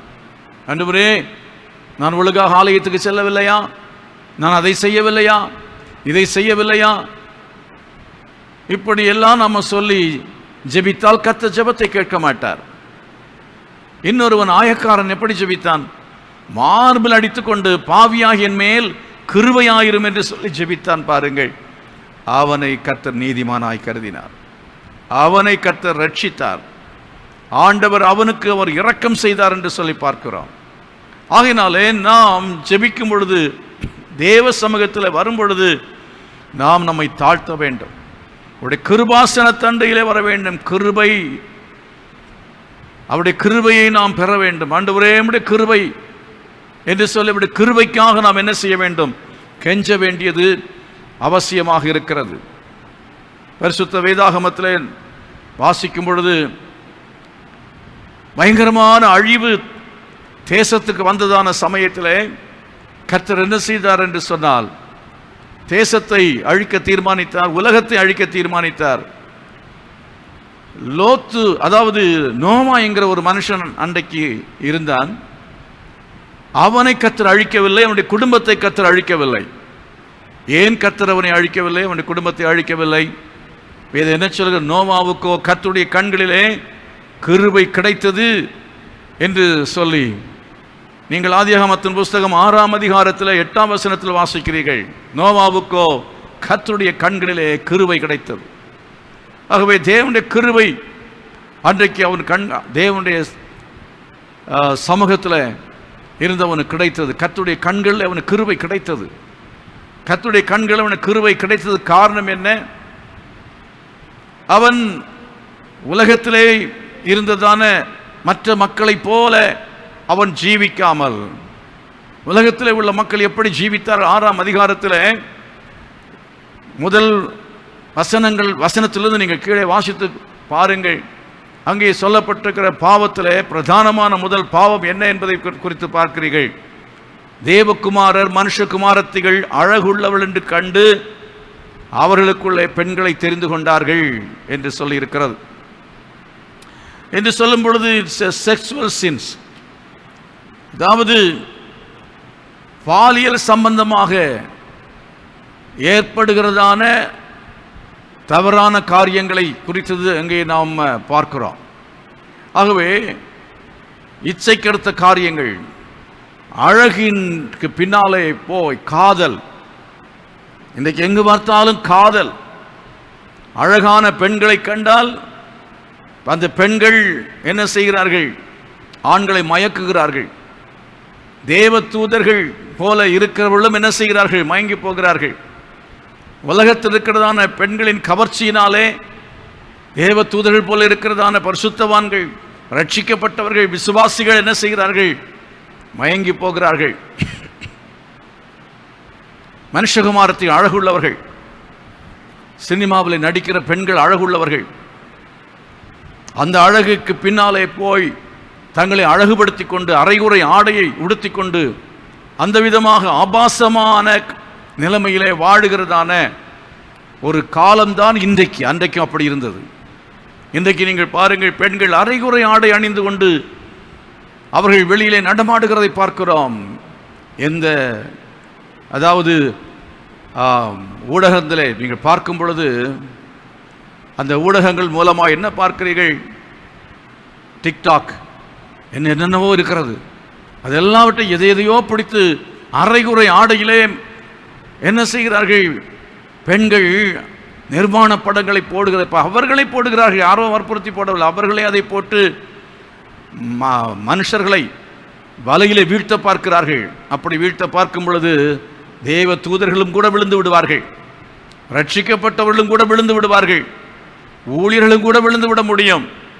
ஆகையினால் பிரியமானவர்களே, அப்படிப்பட்டதான நிலைமையில் இன்றைக்கு அநேக தேவனுடைய ஊழியர்களாக இருந்தாலும் தேவ பிள்ளைகளாக இருந்தாலும் அவர்கள் இந்த விதமான கவர்ச்சிக்கும் ஆபாசத்துக்கும் இடம் கொடுத்து அவர்கள் விழுந்து போனதை பார்க்கிறோம். தேவனை விட்டு விலகி போனதை பார்க்கிறோம். அவர்களோடு சேர்ந்தவர்கள் உலகத்துக்குள்ளே போய்விடுகிறதை பார்க்கிறோம். மனுஷகுமாரத்திகளை தேவகுமாரர்கள் திருமணம் செய்தால் என்ன ஆகும்? அவர்கள் உலகத்தில் போய்விடுவார்கள், விசுவாசத்தை விட்டு போய்விடுவார்கள். அப்படி விசுவாசத்தை விட்டு அன்றைக்கு அநேகர் போகிறதற்கு காரணமாய் இருந்த மக்களையும் போனவர்களையும் எல்லாரையும் தேவன் அழிக்கும்படி கர்த்தர் என்ன செய்தார்? சித்தம் கொண்டார். மனுஷனுடைய இருதயத்தின் நினைவுகள் நித்தம் பொல்லாதவைகளாய் இருக்கிறது என்று சொல்லி கர்த்தர் மனுஷனை உண்டாக்கிறதுக்காக விசனப்பட்டார் என்று சொல்லி அந்த 6ஆம் அதிகாரத்திலே நீங்கள் வாசிக்க முடியும். ஆதியாகமத்தின் புஸ்தகத்தில் மனுஷனுடைய நினைவுகள் நித்தமும் பொல்லாதவைகளாக இருக்கிறது. நினைவை கெடுக்கிற காரியங்கள், நினைவை சினிமா கெடுத்து போடுகிறது. ஆகினாலே அவனுடைய நினைவுகள் கெட்டவைகளாக இருந்தது. Mind was corrupted. அவருடைய மனம் கெடுக்கப்பட்டது. இன்றைக்கு எந்த மனசனுடைய மனசையும் பாருங்க, மனதை பாருங்கள், கெடுக்கப்பட்டிருக்கிறத பார்க்கிறோம். அப்படி கெடுக்கப்பட்ட நிலையிலே மனத்திலே அவர்கள் இச்சை என்னும் மனதிலே பாவ போராட்டம், அசுத்தங்கள் நிரம்பி கிடக்கிறது. இன்னும் யாருக்கு தீமை செய்யலாம், எப்படி வஞ்சனை செய்யலாம், எப்படி சூழ்ச்சி செய்யலாம், அதாவது எப்படி மனுஷன் அழிந்து போனாலும் பரவாயில்லை, யார் கெட்டு போனாலும் பரவாயில்லை, தான் வாழ வேண்டும் என்கிற எண்ணம், தான் வாழ்ந்தால் போதும் என்கிறதுக்காக கலப்படம் பண்ணி வியாபாரம் பண்ணுகிற வியாபாரிகளை பார்க்கிறோம். வியாபாரத்தில் அவனுடைய மனதின் எண்ணம் என்ன செய்கிறது? எப்படியாவது கலப்படம் பண்ண வேண்டும். பாலில் தண்ணியை சேர்த்து விற்றா கூட பரவாயில்ல, பாலில் டிச்சு தண்ணியை ஊற்றி விற்கிற காட்சியை சிலர் படம் பிடித்து போட்டிருக்கிறார்கள். கவனிக்கும் பொழுது பால் வாங்கி உபயோகப்படுத்துவதற்கே பயமாக இருக்கிறது. இப்படி எத்தனையோ காரியங்களிலே எத்தனையோ பயங்கரமான கலப்படமான காரியங்களை செய்கிறார்கள் மக்கள். வாழைப்பழத்தை பழுக்க வைப்பதற்காக அதில் கெமிக்கல் ரசாயனத்தை பூசுகிறார்கள். மாம்பழத்தை பழுக்க வைப்பதற்காக கெமிக்கல் ரசாயனத்தை உபயோகப்படுத்துகிறார்கள். என்ன எத்தனை காரியங்கள்.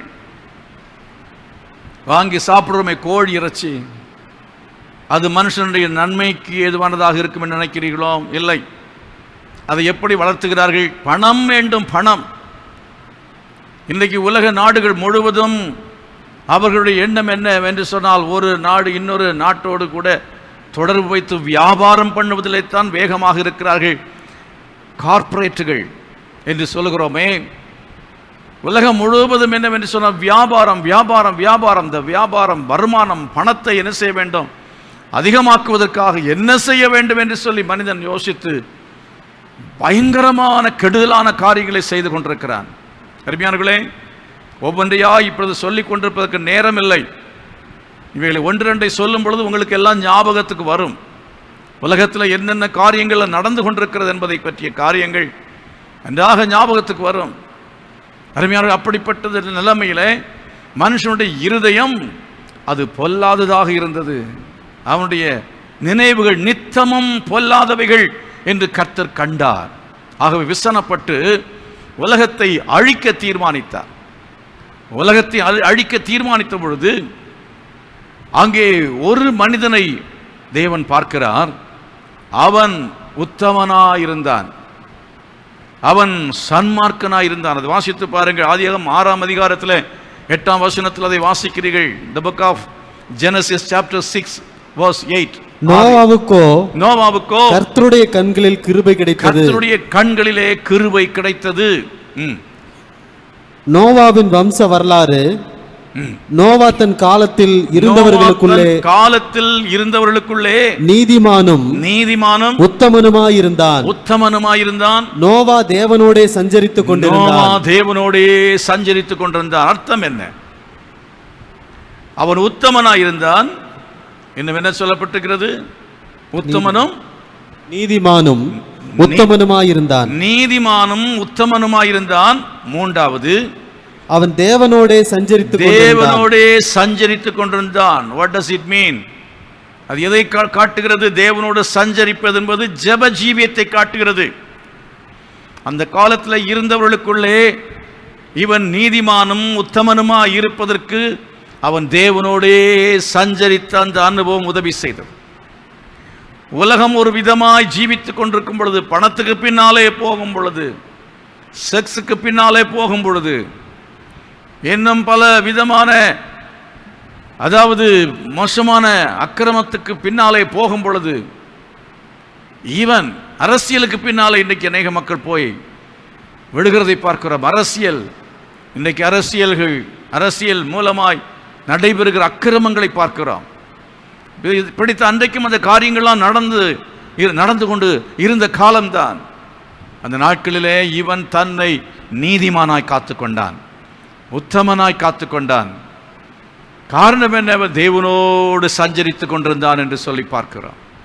அருமையானவர்களே, தேவனோடு சஞ்சரிக்கும் பொழுது, தேவனோடு சஞ்சரிப்பதுன்னு சொன்னால் ஜெப ஜீவியம்.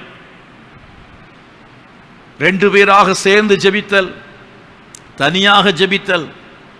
அப்படி நீங்கள் தேவனோடு சஞ்சரிக்கும் பொழுது தேவனாகிய கர்த்தர் என்ன செய்வார்?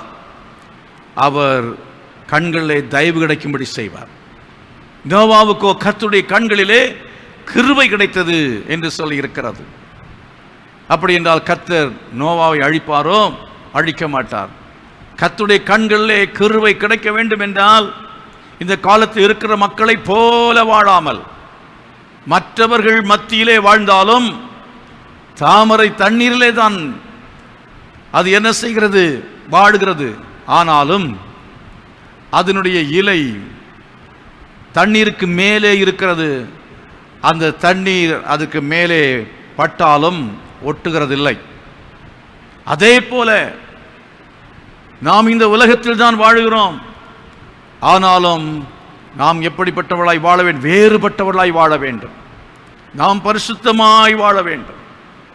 உலகத்தோடு கூட நாம் என்ன செய்யக்கூடாது என்று சொன்னால், இணைந்து அவர்களைப் போல வாழ்ந்து விடக்கூடாது. நோவா காலத்தை போல பெண் கொடுத்தும் கட்டியும் நட்டும் என்றெல்லாம் சொல்லப்பட்டிருக்கிறது பரிசுத்த வேதாகமத்தில். இன்னொரு வசனத்தில் நாம் அதை வாசிக்கிறோம். கடைசி நாட்களில் நோவா காலத்தை போல ஜனங்கள் இருப்பார்கள் என்று சொல்லி ஆண்டவராய் இயேசு கிறிஸ்து சொன்னார். பாருங்கள், மத்தேயு சுவிசேஷத்தில் 24ஆம் அதிகாரத்தில் 37வது வசனத்தில் சொல்லி இருக்கிறது. The Gospel of Matthew chapter 24 verses from 37 to 38, 39 வரையிலும் கூட வாசிக்கலாம். வாசிப்போம். நான் உங்களுக்காக வாசிக்கிறேன். நோவாவின் காலத்தில் எப்படி நடந்ததோ அப்படியே மனுஷகுமாரன் வரும் காலத்திலும் நடக்கும். எப்படி எனில், ஜலப்பிரளயத்துக்கு முன்னான காலத்திலே நோவா பேழைக்குள் பிரவேசிக்கும் நாள் வரைக்கும் ஜனங்கள் புசித்தும் குடித்தும் பெண் கொடுத்தும். அர்த்தம் என்ன? ஜனங்கள் புசித்தும் குடித்தும் என்றால் இன்றைக்கு நீங்க பாருங்க, எங்க போனாலும் பார்ட்டி, எங்க போனாலும் சரி. சாயங்காலத்தில் பெரிய பெரிய ஹோட்டல்களை நீங்க பார்க்கும் பொழுது கூடி உட்கார்ந்து நன்றாக சாப்பிட்டு இன்னும் குடித்து கும்மாளம் போட்டு பணத்தை செலவு பண்றாங்க. 1000 ரூபாய், 2000 ரூபாய், 5000 ரூபாய் என்று சொல்லி ஒருவர் சாப்பிடுவதற்கு எவ்வளவோ பணம். அதற்கு மேலே அவர்கள் நடனம், அதாவது அவங்களுடைய அந்த கிளப்பில் போய் அவர்கள் அங்கே கொண்டாட்டம், இன்னும் பலவிதமான செலிப்ரேஷன்ஸ், சந்தோஷம், களியாட்டங்கள், அதெல்லாம் அவற்றுக்கும் சேர்த்து ஒரு மனுஷன் எவ்வளோ செலவு பண்ணுகிறான். சில ஆட்கள் இன்னும் பல தவறான காரியங்களுக்காய் பணத்தை செலவு பண்ணுகிறார்கள். இவ்விதமாக இன்றைக்கு பார்த்தா புசிப்பது குடிப்பது என்பது இந்த மாம்சத்தினுடைய இச்சைக்காக மனிதன் அதற்காகவே அலைகிறான். சினிமா தியேட்டரிலே புதிய படம் வந்து விட்டது என்றால் உடனே போய் அதை பார்த்து விட வேண்டும். இதெல்லாம் இதைத்தான் காட்டுகிறது. இந்த மாம்ச சரீரத்தினுடைய இச்சைகள், ஆசைகள், விருப்பங்கள். மனிதன் புசிப்பது தவறு கிடையாது, குடிப்பது தவறு கிடையாது. குடிப்பது என்று சொன்னால் குடிக்க வேண்டியவைகளை குடிப்பது தவறு இல்லை. ஆனால் இன்றைக்கு மனிதன் எதெல்லாம் குடிக்கக்கூடாதோ அதெல்லாம் குடிக்கிறான். சாராயம் குடிக்கிறான். அதே போல இன்னும் சில பானங்கள் எல்லாம் உடலுக்கு கெடுதி விளைவிக்கக்கூடியதான பானங்கள், கொக்கோ கோலா, பெப்சி, இது போல உள்ளதான பானங்கள் உலகம் முழுவதும் விற்பனைக்கு வந்து விட்டது. எதனாலே? வியாபார நோக்கத்தோடு கூட, பணம் சம்பாதிப்பதற்காக, மனித உயிர்கள் கெட்டு போனாலும் பரவாயில்லை, அடிந்து போனாலும் பரவாயில்லை, வியாதி வந்து செத்து போனாலும் பரவாயில்லை. இதெல்லாம் வந்ததுக்கு பிறகுதான் கேன்சர், எங்கு பார்த்தாலும் கேன்சர், கொடிய வியாதிகளுக்கு காரணம் என்ன? இப்படிப்பட்டதான மோசமான பானங்கள். ஹோட்டலில் போனால் என்ன சாப்பாடு கிடைக்கிறது? ஹோட்டலுக்கு போனால் நல்ல சாப்பாடு, ஹோட்டலில் போய் சாப்பிடணும். டெய்லி ஹோட்டல்லேருந்தே சாப்பாடை தருவிச்சு சாப்பிட்ற ஒரு காலமாக இருக்குது. நம்ம ஃபோன் பண்ணால் வீட்டுக்கு வந்துடும். ஸ்விக்கி என்னென்ன கம்பெனிகள் ஃபோன் பண்ணால் 30 மினிட்ஸில் இல்லை 1 ஹவரில் பறந்து வந்து விடுகிறது சாப்பாடு வீட்டுக்கு. அந்த சாப்பாடு சாப்பிட்டா அது உங்களுக்கு பாதுகாப்பானது அல்ல. என்றைக்கோ ஒரு நாளில் நீங்கள் வாங்கி சாப்பிடுங்க, பரவாயில்ல. சொல்லப்போனால் அது இந்த பக்கம் போகவே கூடாது. அவைகளெல்லாம் என்னவென்று சொன்னால் கலப்படமானவைகள். உங்களுக்கு நல்ல ருசி கொடுப்பதற்காக வேண்டிய வியாபார நோக்கத்தோடு என்னெல்லாம் சேர்க்க முடியுமோ அவைகளெல்லாம் சேர்ப்பார்கள். அப்படியெல்லாம் சேர்த்து ருசியை அதிகப்படுத்தி விற்பனை செய்கிறார்கள். மக்கள் மிக ருசியாக இருக்கிறது, வீட்டில் சாப்பிட்றது ரொம்ப ருசியாக இருக்கு, ஆனால் டெய்லி ஆர்டர் பண்ணுவான். சமையல் பண்ண வேண்டாம், கேஸ் செலவில்லை, வீட்டில் உட்காந்து அப்படியே சும்மாவே உட்காந்து என்ன செய்யலாம், டிவிக்கு முன்னாடி உட்காந்து கொள்ளலாம். என்ன செய்தால் ஆர்டர் பண்ணால் போதும், வீட்டில் வரும், ஒரு வேலையும் செய்ய வேண்டாம். அழிவு தானே வரும். ஒரு வேலையுமே நீ செய்யாமல் உட்கார்ந்து சினிமா பார்த்து கொண்டு ஆர்டர் பண்ணி சாப்பாடை வருவித்து சாப்பிட்டு கொண்டிருந்தால் வேலை செய்யாதவன் சாப்பிடலாகாது என்று வேதம் சொல்கிறது. ஆகவே நீ வேலையே செய்யாமல் உழைக்காமல் உனக்கு எக்ஸசைஸ் இல்லை, ஹார்ட் அட்டாக் வருமா வராதா? இந்த மாதிரி ஆர்டர் பண்ணி மெக்டானல்ட்ஸ் இல்லைன்னு சொன்ன இது கெண்டகி சிக்கன், என்னென்ன சிக்கன், சிக்கனில் பல வகைகள், பானங்களில் பல வகைகள், பிரியாணியில் பல வகைகள், விதவிதமான உணவுகள், விதவிதமான உணவுகள், புதிதாக உணவுகளை கண்டுபிடிக்கிறாங்க. சமைக்கிறத பற்றியே போட்டு கொண்டிருக்கிறாங்க. யூடியூப்பில் சமைக்கிறத பற்றி போட்டால் 1,00,000 பேர் பார்க்குறான்.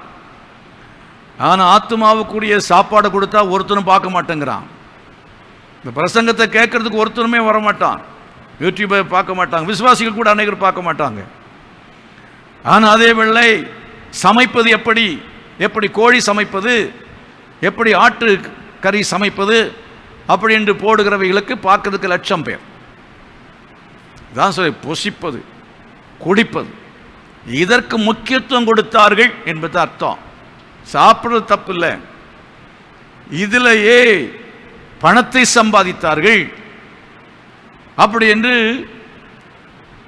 இந்த வசனத்தை நாம் அர்த்தப்படுத்திக் கொள்ள வேண்டும். அருமையானவர்களே, அவ்விதமாக மட்டுமல்ல, பெண் கொண்டும் பெண் கொடுத்தும்.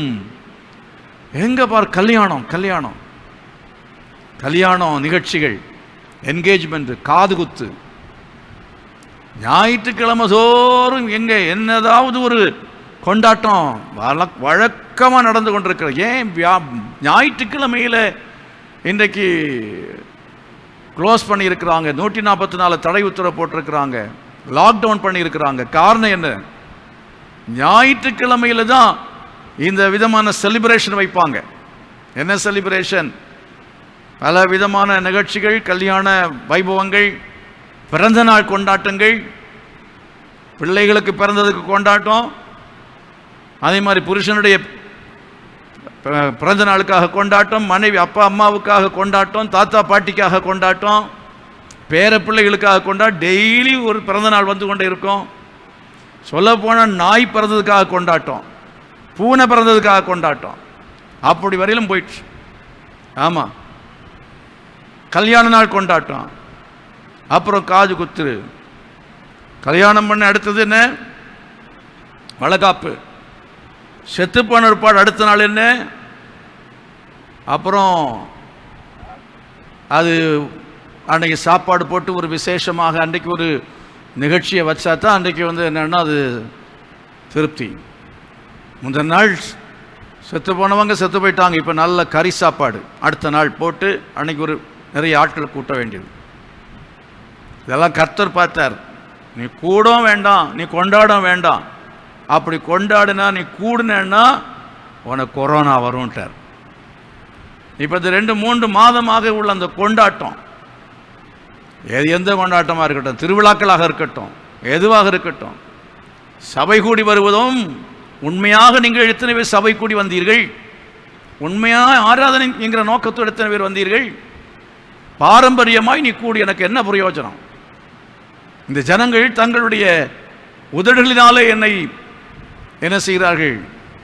துதிக்கிறார்கள், இல்லைன்னா பாடுகிறார்கள், என்னை கனப்படுத்துகிறார்கள். ஆனால் அவருடைய உள்ளமோ தூரமாக இருக்கிறது என்று சொன்னார். ஆலயத்துக்கு போய் கடைசியாக நின்று அந்த ஞானப்பாட்டு கீர்த்தனையோ இது கையில் எடுத்துக்கொண்டு ஆங்கிலத்திலையோ தமிழ்லையோ அவங்க பாஷையில் ஆலயத்தில் போய் பாடுகிற பாடல்கள். அந்த 1 மணி நேரத்தில் சில பாடல்களை நின்று பாடும்பொழுது எவ்வளோ பார்க்கறதுக்கு அருமையாக இருக்கும், அழகாக இருக்கும். தேசிய கீதம் பாடுற மாதிரி நின்று பாடுவாங்க. தேசிய கீதம் பாடுறவங்கெல்லாம் தேசப்பற்றுள்ளவன் சொல்ல அர்த்தமா? கிடையாது. ஆலயத்தில் நின்று பாடுகிறவன் எல்லாம் பக்தி உள்ளவனா? இல்லை. அப்படி நின்று பக்தி உள்ளவன் போல் நடித்து கொண்டு பாடுவான், வாய் விரிவாய் திறந்து பாடுவான், அலங்காரமாய் பாடுவான்.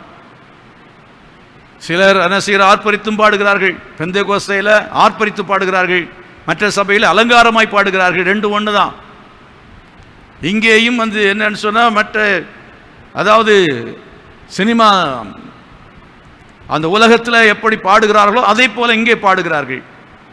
அங்கிருந்து இந்த சினிமாவை பார்த்து சினிமாவில் பாட்டு கேட்டுருந்தவன் ரட்சிக்கப்பட்டு வந்து அதே விதமான அந்த காரியங்கள் எல்லாத்தையும் இங்கே கொண்டு வந்துட கலப்படம். நவகாலத்தில் தேவன் வெறுக்க காரணம் என்றால் கலப்படம். தேவகுமாரர்கள் மனுஷகுமாரத்திகளை திருமணம் பண்ணதென்றால் அவரோடு கூடினது அது கலப்படம். தேவ பிள்ளைகள் அவர்கள் மனுஷகுமாரத்திகளை திருமணம் செய்யக்கூடாது. அவர்கள் விசுவாசிகளைத்தான் கல்யாணம் பண்ண வேண்டும். அதே போல இப்போ இந்த எல்லாம் எந்த காரியத்திலையுமே கலப்படம் இருக்கவே கூடாது, கலந்து விடக்கூடாது. சினிமாவோடு கிறிஸ்தவ பாட்டை கலந்துடக்கூடாது. சினிமா ராகத்தில் கிறிஸ்தவ பாட்டை நீங்கள் இயேசுவை துதிக்கிற பாட்டை பாடலாமா, ஏற்றலாமா? பண்ணக்கூடாது. சில ஏற்றி இருக்கிற பாட்டுகள் சினிமாவோடு அந்த கொஞ்சம் அந்த ஸ்மெல் இருக்கும், அந்த ஸ்மெல்லே வரக்கூடாது. இந்த நாட்கள் அநேகர் பக்தி உள்ள தேவ பிள்ளைகள் பாடினார்களே, அந்த பாட்டுக்களை பாடும் பொழுது, ஜெபத்தில் பாடும் பொழுது, ஆராதனையில் பாடும் பொழுது தேவனுடைய மகிமை என்ன செய்யும் என்று சொன்னால் இறங்கி வந்து சபையை மூடும், தேவ ஜனத்தை மூடும். ஆனால் இன்றைக்கு என்ன நடக்கிறது? ஆர்ப்பரித்து பாடுகிறார்கள், கம்பீரித்து பாட வேண்டும் என்று வேதம் சொல்லுகிறது. இவர்கள் ஆர்ப்பரித்து பாடுகிற சினிமாக்காரர்களை போல பாடுகிறார்கள், இசையை நன்றாக போட்டு முழக்கி பாடுகிறார்கள். வாயிலிருந்து பாடுகிற இருதயத்திலிருந்து பக்தியோடு வரவில்லை. ஜனங்கள் உணர்ச்சி வசப்படுகிறார்கள். ஜனங்களை உணர்ச்சி வசப்படுத்தி சில சபைகளை விசில் கூட அடிக்கிறான், கர்ச்சிப்பை சுத்துறான், என்னென்னவோ நடக்கிறது. இதெல்லாம் உலகத்திலிருந்து வந்த காரியங்கள். எல்லாத்தையும் கர்த்தர் பார்த்ததுனால தான் சொன்னார், நீ வெட்டு. எங்கிருந்து வெட்டு? ஆலயத்திலிருந்து வெட்ட துவங்கு என்று சொன்னார். நீ மூப்பரிடத்திலிருந்து துவங்கு என்று சொன்னார். சொன்னாரா இல்லையா? எசேக்கியேலை வாசித்தோம் அல்லவா? ஆகவே தேவன் அவர் தேவ ஜனத்தின் மேலும் கோபமாக இருக்கிறார். தேவ ஜனத்தின் மத்தியிலையும் கலப்படம். தேவ ஜனம் செய்கிறதான அநேக காரியங்களும் கர்த்தருக்கு பிடிக்கவில்லை. நோவா காலத்திலே நடந்தது போல கடைசி நாட்களே நடக்கும் என்று சொன்ன பெண் கொண்டும் பெண் கொடுத்தும் ஜலப்பிரளயம் வந்து அனைவரையும் வாரிக்கொண்டு போக மட்டும் உணராதிருந்தார்கள். உணர்வே கிடையாது. என்ன சொல்லுங்க, என்ன பிரசங்கம் பண்ணுங்க, தேவ ஜனத்துக்கு உணர்வு கிடையாது, உணர்கிறது இல்லை. பாவத்தை குறித்து சொல்லும் பொழுது மக்கள் உணராமல் இருக்கிறார்கள். என்ன உணர்வு? எதை குறித்த உணர்வு வேண்டும்? இந்த உலகம் அழியப் போகிறது, இந்த உலகம் சீக்கிரம் அழியப் போகிறது என்று சொல்லி நோவா பிரசங்கம் பண்ணுகிறான். நோவா 120 வருஷம் பிரசங்கம் பண்ணார் என்று சொல்லப்படுகிறது. அவன் 120 வருடமாய் பிரசங்கம் பண்ணியும் ஒரு நபர் கூட மனம் திரும்பவில்லை. பேழைக்குள் வர வேண்டும் என்று சொன்னான். கர்த்தர் அவனுக்கு சொன்னதன்படி ஒரு பெரிய பேழையை அவன் கட்டி அந்த பேழைக்குள்ளே வரும்படியாய் சொன்னான். ஆனால் ஒருவரும் அந்த பேழைக்குள் வரவில்லை, உணராதிருந்தார்கள். அதே போல இன்னைக்கு நீங்க பாருங்க, ஜெபம் பண்ண வாருங்கள் என்று சொன்னால் உணராதிருக்கிறார்கள். ஆஸ்பத்திரிக்கு போனது பிறகு ஃபோன் பண்றாங்க, பாஸ்டர் ஆஸ்பத்திரியில் இருக்கிறேன், ரொம்ப கஷ்டமா இருக்கு, ஜெபம் பண்ணுங்க. அப்பவும் ஜெபம் பண்ணுங்கன்னு சொல்லுவானே தவிர அவன் ஜெபத்தில் வரமாட்டான். உணர்வு இல்லை. ஜெபம் பண்ணுங்க, எனக்காக ஜெபம் பண்ணிக்கங்கன்னு சொல்லுவானே தவிர அவன் பைபிள் படிக்க மாட்டான். உணர்வில்லை. அருமையானவர்களே, அந்த விதமாய் அந்த பேழைக்குள் பிரவேசிக்காதது போல இன்றைக்கும் கர்த்தர் உங்களுக்கு ஒரு ஜெப பேழையை வைத்திருக்கிறார். அந்த ஜெப பேழை, the ark of prayer, a prayer ark. அந்த ஜெப பேழை ஒன்றை கர்த்தர் இன்றைக்கு இந்த சபையிலே வைத்திருக்கிறார், அந்த திருச்சபையில் வைத்திருக்கிறார். அந்த ஜெப பேழைக்குள்ளே நீ பிரவேசிக்க வேண்டும். இந்த ஜெப பேழைக்குள்ளே பிரவேசிப்பாய் என்று சொன்னால் கர்த்தர் உன்னை அவர் பாதுகாப்பார். அவர் சிறகுகளாலே உன்னை அவர் மூடுவார். அவர் செட்டைகளின் கீழே நீ அடைக்கலம் புகும் பொழுது அவருடைய செட்டை ஒவ்வொரு காலத்திலையும் கர்த்தர் என்ன செய்கிறார்? பாதுகாப்புக்கு என்று வைத்திருக்கிற அவருடைய பாதுகாப்பை நீங்கள் பெற்றுக்கொள்ள வேண்டும். அது அன்றைக்கு பேழையை கர்த்தர் உண்டாக்கி அந்த பேழையிலே பிரவேசிக்கும்படி சொன்னார். நான் நேற்றைக்கு கூட சொன்னேன் பாருங்கள், தேவனுடைய சபையின் ஐக்கியம் அதுக்குள்ளாலே பிரவேசிக்க வேண்டும். சபை ஐக்கியத்திலே நீ வரணும். சபைக்குள்ள வர்றதல்ல, சபை ஐக்கியத்துக்குள்ள வரணும். நீ ஏதோ ஆலயத்துக்கு வந்துட்டு போறதை பத்தி கர்த்தர் சொல்லல. நீ என்ன செய்ய வேண்டும்? உள்ளால வரணும். இங்கே நோவா காலத்தில் இவர்கள் உணராதிருந்தார்கள். உணர்ந்தவர்கள் யார்? நோவாவுடைய மனைவியும் பிள்ளைகளும் உணர்ந்தார்கள். அவர்கள் எத்தனை பேர்? 8 பேர் மாத்திரம் அந்த வேலைக்குள் பிரவேசித்தார்கள் என்று சொல்லி 7ஆம் அதிகாரத்திலே நீங்கள் முதல் வசனங்களிலே வாசிக்கிறீர்கள். ஆனால் நீங்கள் கொரிந்தியர் நிருபத்திலே வாசிக்கிற சமயத்திலே பலவிதமான ஊழியங்களை கர்த்தர் ஏற்படுத்தினார் என்று பரிசுத்த வேதாகமத்திலே நாம் வாசிக்கிறோம். அந்த பலவிதமான ஊழியங்களை குறித்து 1 கொரிந்தியரில் 12ஆம் அதிகாரத்தில் 28 வாசிக்க முடியும், 30வது வசனம் வரையிலும் வாசிக்க முடியும். அதில் 8 வகையான ஊழியங்களை பற்றி சொல்லி இருக்கிறது. There were 8 various ministries, services, ministries. தேவன் 8 வகையான ஊழியங்களை கர்த்தர், வரங்களை ஆண்டவர் அங்கே வைத்திருந்தார். 8 விதமான வரங்கள் என்று சொன்னால் எல்லாருக்கும் ஒரு போல வரம் கிடையாதுங்க. அன்றைக்கு அந்த பேழைக்குள்ளே பிரவேசித்த பேழைக்குள்ளே 8 வகையான வேலை. இங்கே இவர்கள் 8 பேரும் 8 வகையான வேலையை செய்தார்கள். இங்கே 8 வகையான ஊழியங்கள் என்கிறது போல தேவனுடைய சபையிலே, சபைக்கு ஒப்புமையாகத்தான் அந்த பேழை. தேவனுடைய சபையிலே 8 வகையான ஊழியங்கள் இருக்கிறது போல அந்த பேழையிலேயும் 8 வகையான ஊழியங்கள். ஆகவே பேழைக்குள்ள வந்தா போதாது, நீ ஏதாவது ஒன்றை செய்யணும். ஒன்று அப்போஸ்தலராக இரு, இல்ல தீர்க்கதரிசியாக இரு, இல்ல போதகனாக இரு, இல்ல நீ அற்புதங்களை செய்கிறவனாக, குணமாக்கும் வரங்களை பெற்று வியாதிகளை குணமாக்குற ஊழியத்தை செய். பலவித ஏதாவது ஒரு ஊழியத்தை செய். ஊழியங்களையும் ஆளுகைகளையும் பலவித பாஷைகளையும் ஏற்படுத்தினார் என்று சொல்லி இருக்கிறது.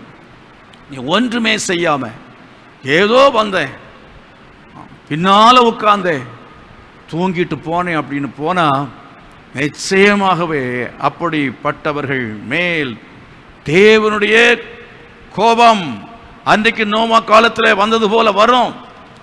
நீ உணராமல் இருக்கிறாய். தேவனுடைய சபையிலே ஊழியங்கள் இருக்கிறது, வேலை இருக்கிறது, நீ செய்ய வேண்டும் என்று சொல்லி எனக்கு அழைப்பு கொடுக்கும் பொழுது நீ உணராமல் இருக்கிறாய். நீ உணர்ந்து செயல்படாமல் இருக்கிறாய். அப்படி செயல்படாமல் நீ உணராமல் இருக்கும் பொழுது ஒரு நாளிலே ஜலப்பிரளயம் வந்து அன்றைக்கு வாரிக்கொண்டு போனது போல தேவனுடைய சபையின் மக்களுக்குள்ளாலேயும் என்ன அன்றைக்கு வந்தது போல இன்றைக்கு ஜலப்பிரளயம் போல என்ன வந்திருக்கிறது? அலை என்று சொல்லுகிறார்களே, அலை என்று சொன்னால் என்ன? ஜலப்பிரளயம் போல வாதை வந்திருக்கிறது. கொரோனாவுடைய பயங்கரமான அலை வீசிக்கொண்டிருக்கிறது. அது சில சமயத்தில் சிலருக்கு மகாராஷ்டிராவில் வருக, இங்கிலாந்தில் வந்ததுன்னு சொல்லும்போது இந்தியாவில் யாருக்கும் உணர்வே வரலை. யாருக்கும் அரசாங்கத்தில் உள்ளவர்களுக்கு கூட, ஆட்சி செய்கிறவங்களுக்கு கூட அந்த உணர்வு வரவே இல்லை. அப்பவும் நன்றாக என்ன செய்தார்கள்? அவர்கள் கொண்டாடினார்கள், கூத்தாடினார்கள், நன்றாக கூட்டமாய் கூடி பல காரியங்களை செய்தார்கள். லட்சங்கள் கோடிகள் எல்லாம் கூடினார்கள். மகாராஷ்டிராவில் வந்த பொழுதும் உணர்வு வரவில்லை. அவரவர்கள் மாநிலத்தில் வந்த பொழுதும் கூட சிலருக்கு உணர்வு வரவில்லை. பக்கத்து வீட்டில் வந்து விட்டது என்று சொல்லும்போது கூட உணர்வு இப்பொழுது வரவில்லை. போன அலையில் அப்போவாது கொஞ்சம் உணர்வு வந்துச்சு. ஆனால் இப்போ தங்கள் வீட்டில் வரும் பொழுது அப்போ தான் கொஞ்சம் உணர்வு வருகிறது. அதுவும் கூட எல்லாருக்கும் இல்லை, வரவில்லை. அருமையானவர்களே, மழை வந்தபோது, ஜலப்பிரளயம் வந்த பொழுது 2 அடியோ 3 அடியோ 10 அடியோ ஒரு சில அடிகள் தண்ணி வந்த உடனே அப்போ உணர்ந்திருக்க மாட்டாங்க. மழை வந்து 40 நாட்கள் மழை பெய்யும், இந்த உலகம் அழிந்து போகும் என்று சொல்லி நோவா பிரசங்கம் பண்ணினான். அவர் உணரவில்லை, அதை கேட்டு அதை பற்றி சிந்திக்கவே இல்லை, காது கொடுத்தவனுமே கேட்கவே இல்லை. பிரசங்கம் பண்ணும்போது எவன் கேட்குறான்? இந்த பிரசங்கத்தையே நீங்கள் முழுமையாக எத்தனை பேர் கேட்க போகிறீங்க? அரைகுறையாக கொஞ்சம் கேட்பீங்க, அவ்வளோதான். 1-2 வார்த்தை உங்கள் காதில் விழட்டுமேன்னு தான் ரொம்ப நேரம் பேசுகிறேன். எவ்வளோ காலம் நாம் பேசுவது தெரியாது, எவ்வளோ காலம் உங்களுக்கு கேட்க முடியும் தெரியாது. கேட்கறதுக்குள்ள உணர்ந்தா நல்லது. கர்த்தர் பேசுகிறார். இந்த நாளிலே ஆலயம் இல்லை. இங்கே யாரோ 1-2 பேர் எனக்கு உதவியாக இருக்கிற அவர்கள் மத்தியில் நின்று கொண்டு நான் பேசுகிறேன். நான் இந்த கேமராவை பார்த்து தான் பேசுகிறேன். கேமராவுக்கு நான் பேசலை. யூடியூப் மூலமாக எத்தனை பேர் இந்த செய்தியை கேட்குறீங்களோ உங்கள் அனைவருக்குமாக கர்த்தருடைய ஆவியானவர் பேசுகிறார். உணர்வு வரட்டும், ஜெபிக்கணுங்கிற உணர்வு வரட்டும், வேதத்தை வாசிக்கணுங்கிற உணர்வு வரட்டும், ஜெப இணைப்புக்குள் வர வேண்டும் என்கிற அந்த உணர்வு வரட்டும், கர்த்தருக்கு இனிமேல் ஊழியம் செய்யணுங்கிற அந்த உணர்வு வரட்டும், ஏதாவது ஒன்று சபையில் இணைந்து செய்ய வேண்டும். அங்கே 8 பேரும் 8 அறையில் சும்மா உட்கார்ந்துருந்தாங்கன்னா வேலை நடந்திருக்குமா? இல்லை, 8 பேரும் இணைந்து பேசினாங்க. சில ஆட்கள் ஹவ் ஆர் யூ, எப்படி இருக்கீங்க அப்படின்னு கூட ஒரு வார்த்தை கேட்க மாட்டோம். நாகரிகம் இல்லாத ஜனங்களா இருக்கிறாங்க.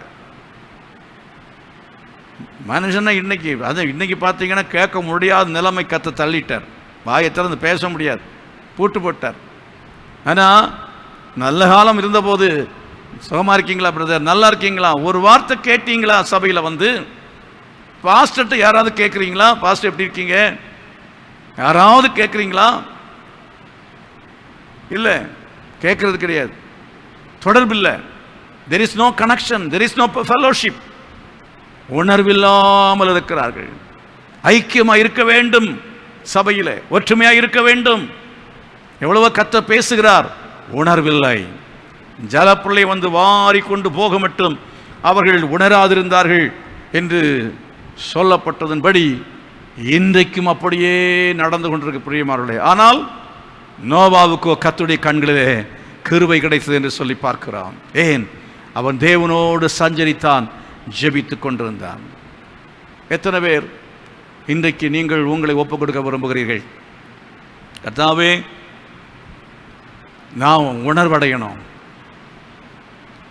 நான் நோவா காலத்தில் அன்றைக்குள்ள மக்களைப் போல நான் உலகத்தோடு கூட கலந்து விடக்கூடாது.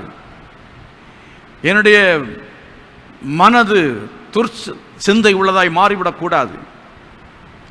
அவருடைய நினைவுகள் நித்தமும் பொல்லாதவைகளை என்று கர்த்தர் சொன்னது போல என்னுடைய நினைவுகளை நீர் அறிந்திருக்கிறீர், ஆராய்ந்து அறிந்திருக்கிறீர், உட்கார்தலை அறிந்திருக்கிறீர், எழுந்திருக்கதலை அறிந்திருக்கிறீர்.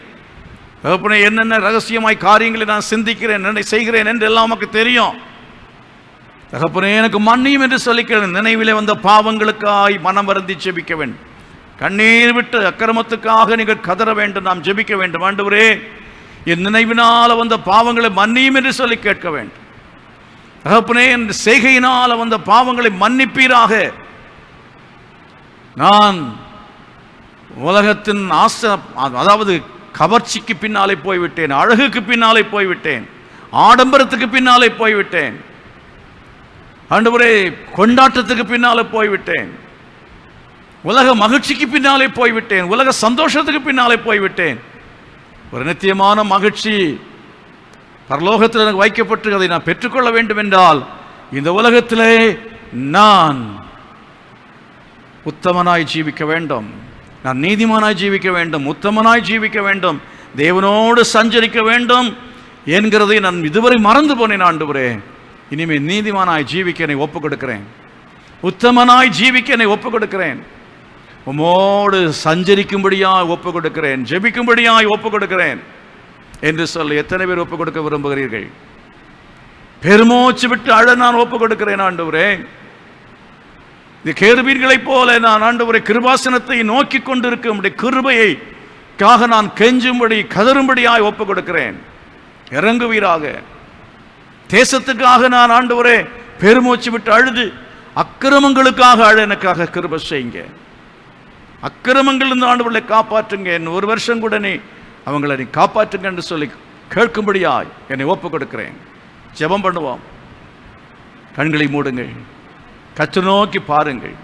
தகப்பனே, இந்த நாளிலே இவ்வளவு நேரம் அதிக நேரமாய் உம்முடைய வசனத்தை நாங்கள் இன்றை கேட்கும்படியாக கர்த்தர் எங்களுக்கு ஜீவனை தந்து இவ்விதமான ஒரு வாய்ப்பை நீர் ஏற்படுத்தி தந்திருக்கிறீர். ஆண்டவரே, நாங்கள் அவசரமாக உலகத்தின் காரியங்களுக்காய் ஓடிக்கொண்டதான நாட்கள் உண்டு. ஆனால் இன்றைக்கு இந்த காலத்தில் நாங்கள் உணர செய்வதற்காக எங்களை வீட்டில் உட்கார வைத்து, இவ்விதமாக ஒரு லாக்டவுன் மூலமாக எங்களை வீட்டில் உட்கார வைத்து இப்படி ஒரு வாய்ப்பை கொடுத்திருக்கிறீர். ஆண்டவரே, நாங்கள் இதை பயன்படுத்தி கொண்டு எங்கள் வாழ்க்கையிலே நாங்கள் நீதிமான்களாய் மாற, உத்தமர்களாய் மாற, மோடு சஞ்சரிக்கிற அனுபவத்தை பெற்றுக்கொள்ள தேவன் கிருபை செய்யும். அதன் மூலமாய் கிருபையின் அந்த கிருபை என்கிற செட்டைக்குள்ளே, உம்முடைய மகிமையின் பிரசன்னம் என்கிற அந்த செட்டைகளுக்குள்ளே நாங்கள் மறைந்து கொள்ளும்படியாய் கிருபை செய்யும். உம்முடைய சிறகுகள் கிருபை என்கிற உம்முடைய மகிமை என்கிற சிறகுகளுக்குள்ளாலே நாங்கள் மறைந்து கொள்ள, மூடி உம்மால் மூடப்பட, காக்கப்பட நாங்கள் செபிக்கிறோம். கொள்ளை நோக்கி காத்து கொள்ள உம்முடைய சமூகத்தில் கெஞ்சுகிறோம். ஆண்டவரே, உம்முடைய கிருபை உம்முடைய மகிமையின் கீழே நாங்கள் கடந்து வருகிறோம், ஒப்பு கொடுக்கிறோம். எங்களை ரட்சியும் ஆண்டவரே, எங்கள் குடும்பத்தை காப்பாற்றும் ஆண்டவரே. உம்முடைய கிருபை உம்முடைய மகிமை எங்கள் வீட்டில் இருக்கட்டும், எங்கள் வீட்டின் மேல் நிழலிடுவதாக. எங்களை தாழ்த்தி உம்முடைய கரங்களை ஒப்பு கொடுக்கிறோம். யார் யாரெல்லாம் மருத்துவமனையில் இருக்கிறாங்களோ இந்த சபையிலே உள்ளதான தேவ பிள்ளைகள்,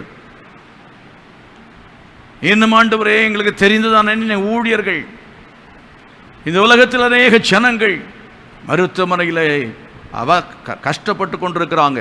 ஆக்சிஜன் கிடைக்காம கஷ்டப்படுறாங்க ஆண்டவரே, பெட் கிடைக்காம கஷ்டப்படுகிறாங்க, மருத்துவ உதவி இல்லாமல் கஷ்டப்படுறாங்க, செத்து மடிந்து கொண்டிருக்கிறாங்கப்பா. நாங்கள் திறப்பின் வாசல்ல நிற்கிறோம், அக்கிரமங்களுக்காக நாங்கள் பெருமூச்சு பெற்று கெஞ்சுகிறோம். கர்த்தர் கிருபையாய் இறங்குவீராக. அன்றைக்கு 120 வருடம் அவர்களுக்கு கால அவகாசம் கொடுத்தீர் ஆண்டவரே, எவ்வளவோ காலம் கொடுத்து விட்டீர். ஆனாலும் இன்னும் உங்களுக்கு சித்தமானால் நீர் 1 வருட காலத்தை கூட்டி கொடுக்க முடியுமே, 5 வருட காலத்தை கூட்டி கொடுக்க முடியுமே, 10 வருட காலத்தை கூட்டி கொடுக்க முடியுமே. தகப்பனே, எப்படியாவது ஜனங்கள் பாவத்திலிருந்து வெளியே வரட்டும், ஒரு உணர்வு வரட்டும் அப்பா, ஒரு எழுப்புதல் வரட்டும், இந்திய தேசம் ரட்சிக்கப்படட்டும். ஆண்டவரே, குருட்டாட்டம் மிகுந்த மக்களாக இருக்கிறாங்க, சோதோம் கொமோராவின் மக்களை போல குருட்டாட்டம் மிகுந்த மக்களாக இருக்கிறாங்கப்பா. தாங்கள் செய்கிறது இன்னதென்று அறியாம செய்து கொண்டிருக்கிறாங்க. இவையெல்லாம் பார்த்து கொண்டிருக்கிற ஒரு தெய்வம் உண்டு, ஜீவனுள்ள தெய்வம் உண்டு, பரிசுத்தமான தெய்வம் உண்டு என்கிறதை அறியாமல் ஜீவித்துக் கொண்டிருக்கிறாங்கப்பா. செய்தித்தாள்கள் ஊடகங்கள் மூலமாக கூட செய்திகள் வரக்கூடாது என்று சொல்லி தங்கள் தவறுகளை மறைத்து கொண்டிருக்கிற இந்த தேசத்தின் ஆட்சியாளர்களுக்காய் ஜெபிக்கிறோம். கர்த்தாவே, இறங்குங்கப்பா, கொடுமை மிகுந்தவங்களா இருக்கிறாங்க. தேவன் இவைகளை பார்த்து நீ சகித்து கொள்ள முடியாதபடிக்கு கர்த்தாவே நீர் வெட்டும்படியாக தூதர்களை அன்றைக்கு அனுப்பினது போல இன்றைக்கு கர்த்தாவே வைரஸ்களை அனுப்பி கொண்டிருக்கிறீர். அதை காப்பாற்றும்படியாக நாங்கள் செபிக்கிறோம், காப்பாற்றும்படியாக நாங்கள் செபிக்கிறோம். உம்முடைய கரத்தில் எங்களை தாழ்த்தி ஒப்பு தருகிறோம். இந்த வசனத்தின் மூலமாய் நீர் பேசுனதுக்காய் ஸ்தோத்திரம். ஒவ்வொரு உள்ளங்களோடு இடைவிட்டதுக்காய் ஸ்தோத்திரம். ஒவ்வொரு தேவைகளை நீ சந்திக்கணுமே. பசியோடு பட்டினியோடு ஆண்டவரே ஆஸ்பத்திரி பில்லுகள் கட்ட முடியாத நிலைமையில் பல நெருக்கடியில் இருக்கிற மக்களுக்காக நாங்கள் ஜெபிக்கிறோம். எல்லாருடைய கர்த்தாவை கஷ்டங்களை விடுவிக்கும்படி ஜெபிக்கிறோம். அற்புதங்களை செய்யும்படி ஜெபிக்கிறோம். தேவ பிள்ளைகளை போஷிக்கும்படியாக ஜெபிக்கிறோம்ப்பா. பசியிலும் பட்னியிலும் கண்ணீரிலும் வாடிக்கொண்டிருக்கிற விடுவிக்கணுமே. வேலை இல்லாதவங்களை வேலை கொடுக்கும்படியாய் கெஞ்சுகிறோம். வேறு வழியே இல்லை என்று சொல்லி வீட்டில் இருக்க முடியாதப்பா. வேலைக்கு போகிறவங்களை பாதுகாக்கணுமே. பாதுகாக்கிற வைரஸ் யாரையும் பாதிக்காதபடி கத்தாமுடைய சிறகின் கீழ் மூடிக்கொள்ளும்படியாய் ஜெபிக்கிறேன். மூடிக்கொள்ளும். துதி கன மகிமை உமக்கே செலுத்துகிறோம். இயேசுவின் நாமத்தில் வேண்டிக் கொள்கிறோம் ஜீவனுள்ள நல்ல பிதாவே, ஆமென், ஆமென்.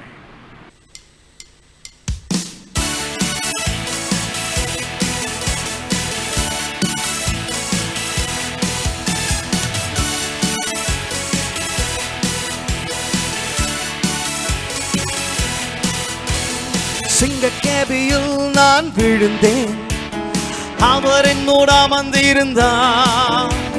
சுற்றெரிக்கும் அக்கினியில் நடந்தேன், பனித்துளியா என்னை நனைத்தார். சிங்கக்கேபியில் நான் விழுந்தேன், அவர் என்னோடு அமர்ந்திருந்தார். சுற்றெரிக்கும் அக்கினியில் நடந்தேன், பனித்துளியா என்னை நனைத்தார். சிங்கக்கேபியோ சூளை நெருப்போ அவர் என்னை காத்திடுவார். சிங்கக்கேபியோ சூளை நெருப்போ அவர் என்னை காத்திடுவார்.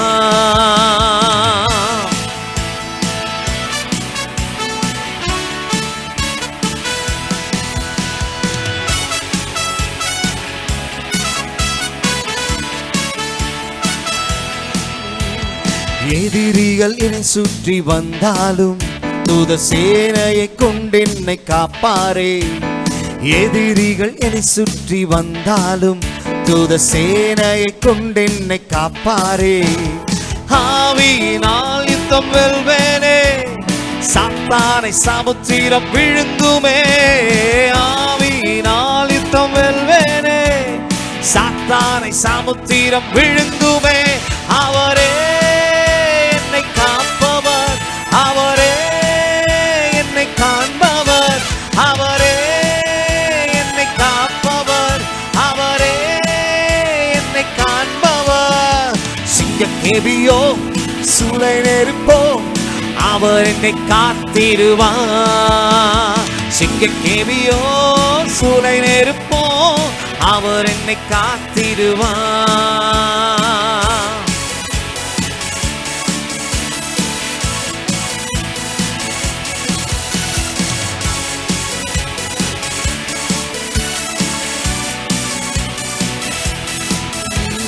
ராஜ்யம் எனக்குள்ளே வந்ததால் சூழ்ச்சிகள் என்னை ஒன்றும் செய்யாதே.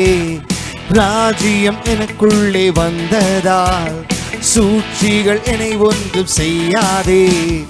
அற்புதம் எனக்காக செய்பவர் என்னை அதிசயமாய் வழி நடத்துவார். அற்புதம் எனக்காக செய்பவர் என்னை அதிசயமாய் வழி நடத்துவார்.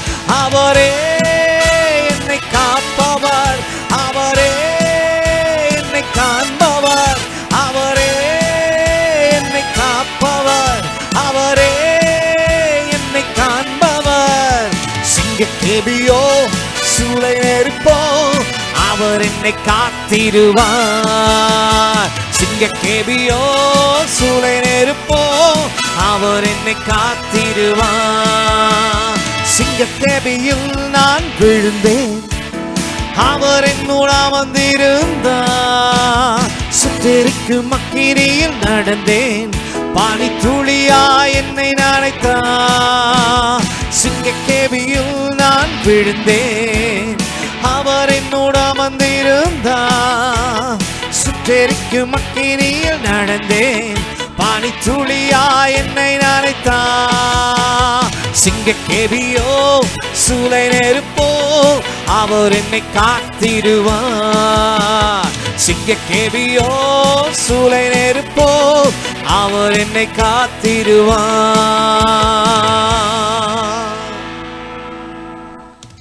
நம்முடைய கர்த்தராகிய இயேசு கிறிஸ்துவின் கிருபையும் பிதாவாகிய தேவனுடைய அன்பும் பரிசுத்த ஆவியானுடைய அந்யோன்ய ஐக்கியமும் சமாதானமும் பாதுகாவலும் நம் அனைவரோடும் சகல பரிசுத்தவான்களோடும் கூட இன்று மனிதருக்கு நிலைத்திருப்பதாக. ஆமென். God bless you. கர்த்தர் எல்லாரையும் ஆசீர்வதிப்பாராக. Thank you for watching.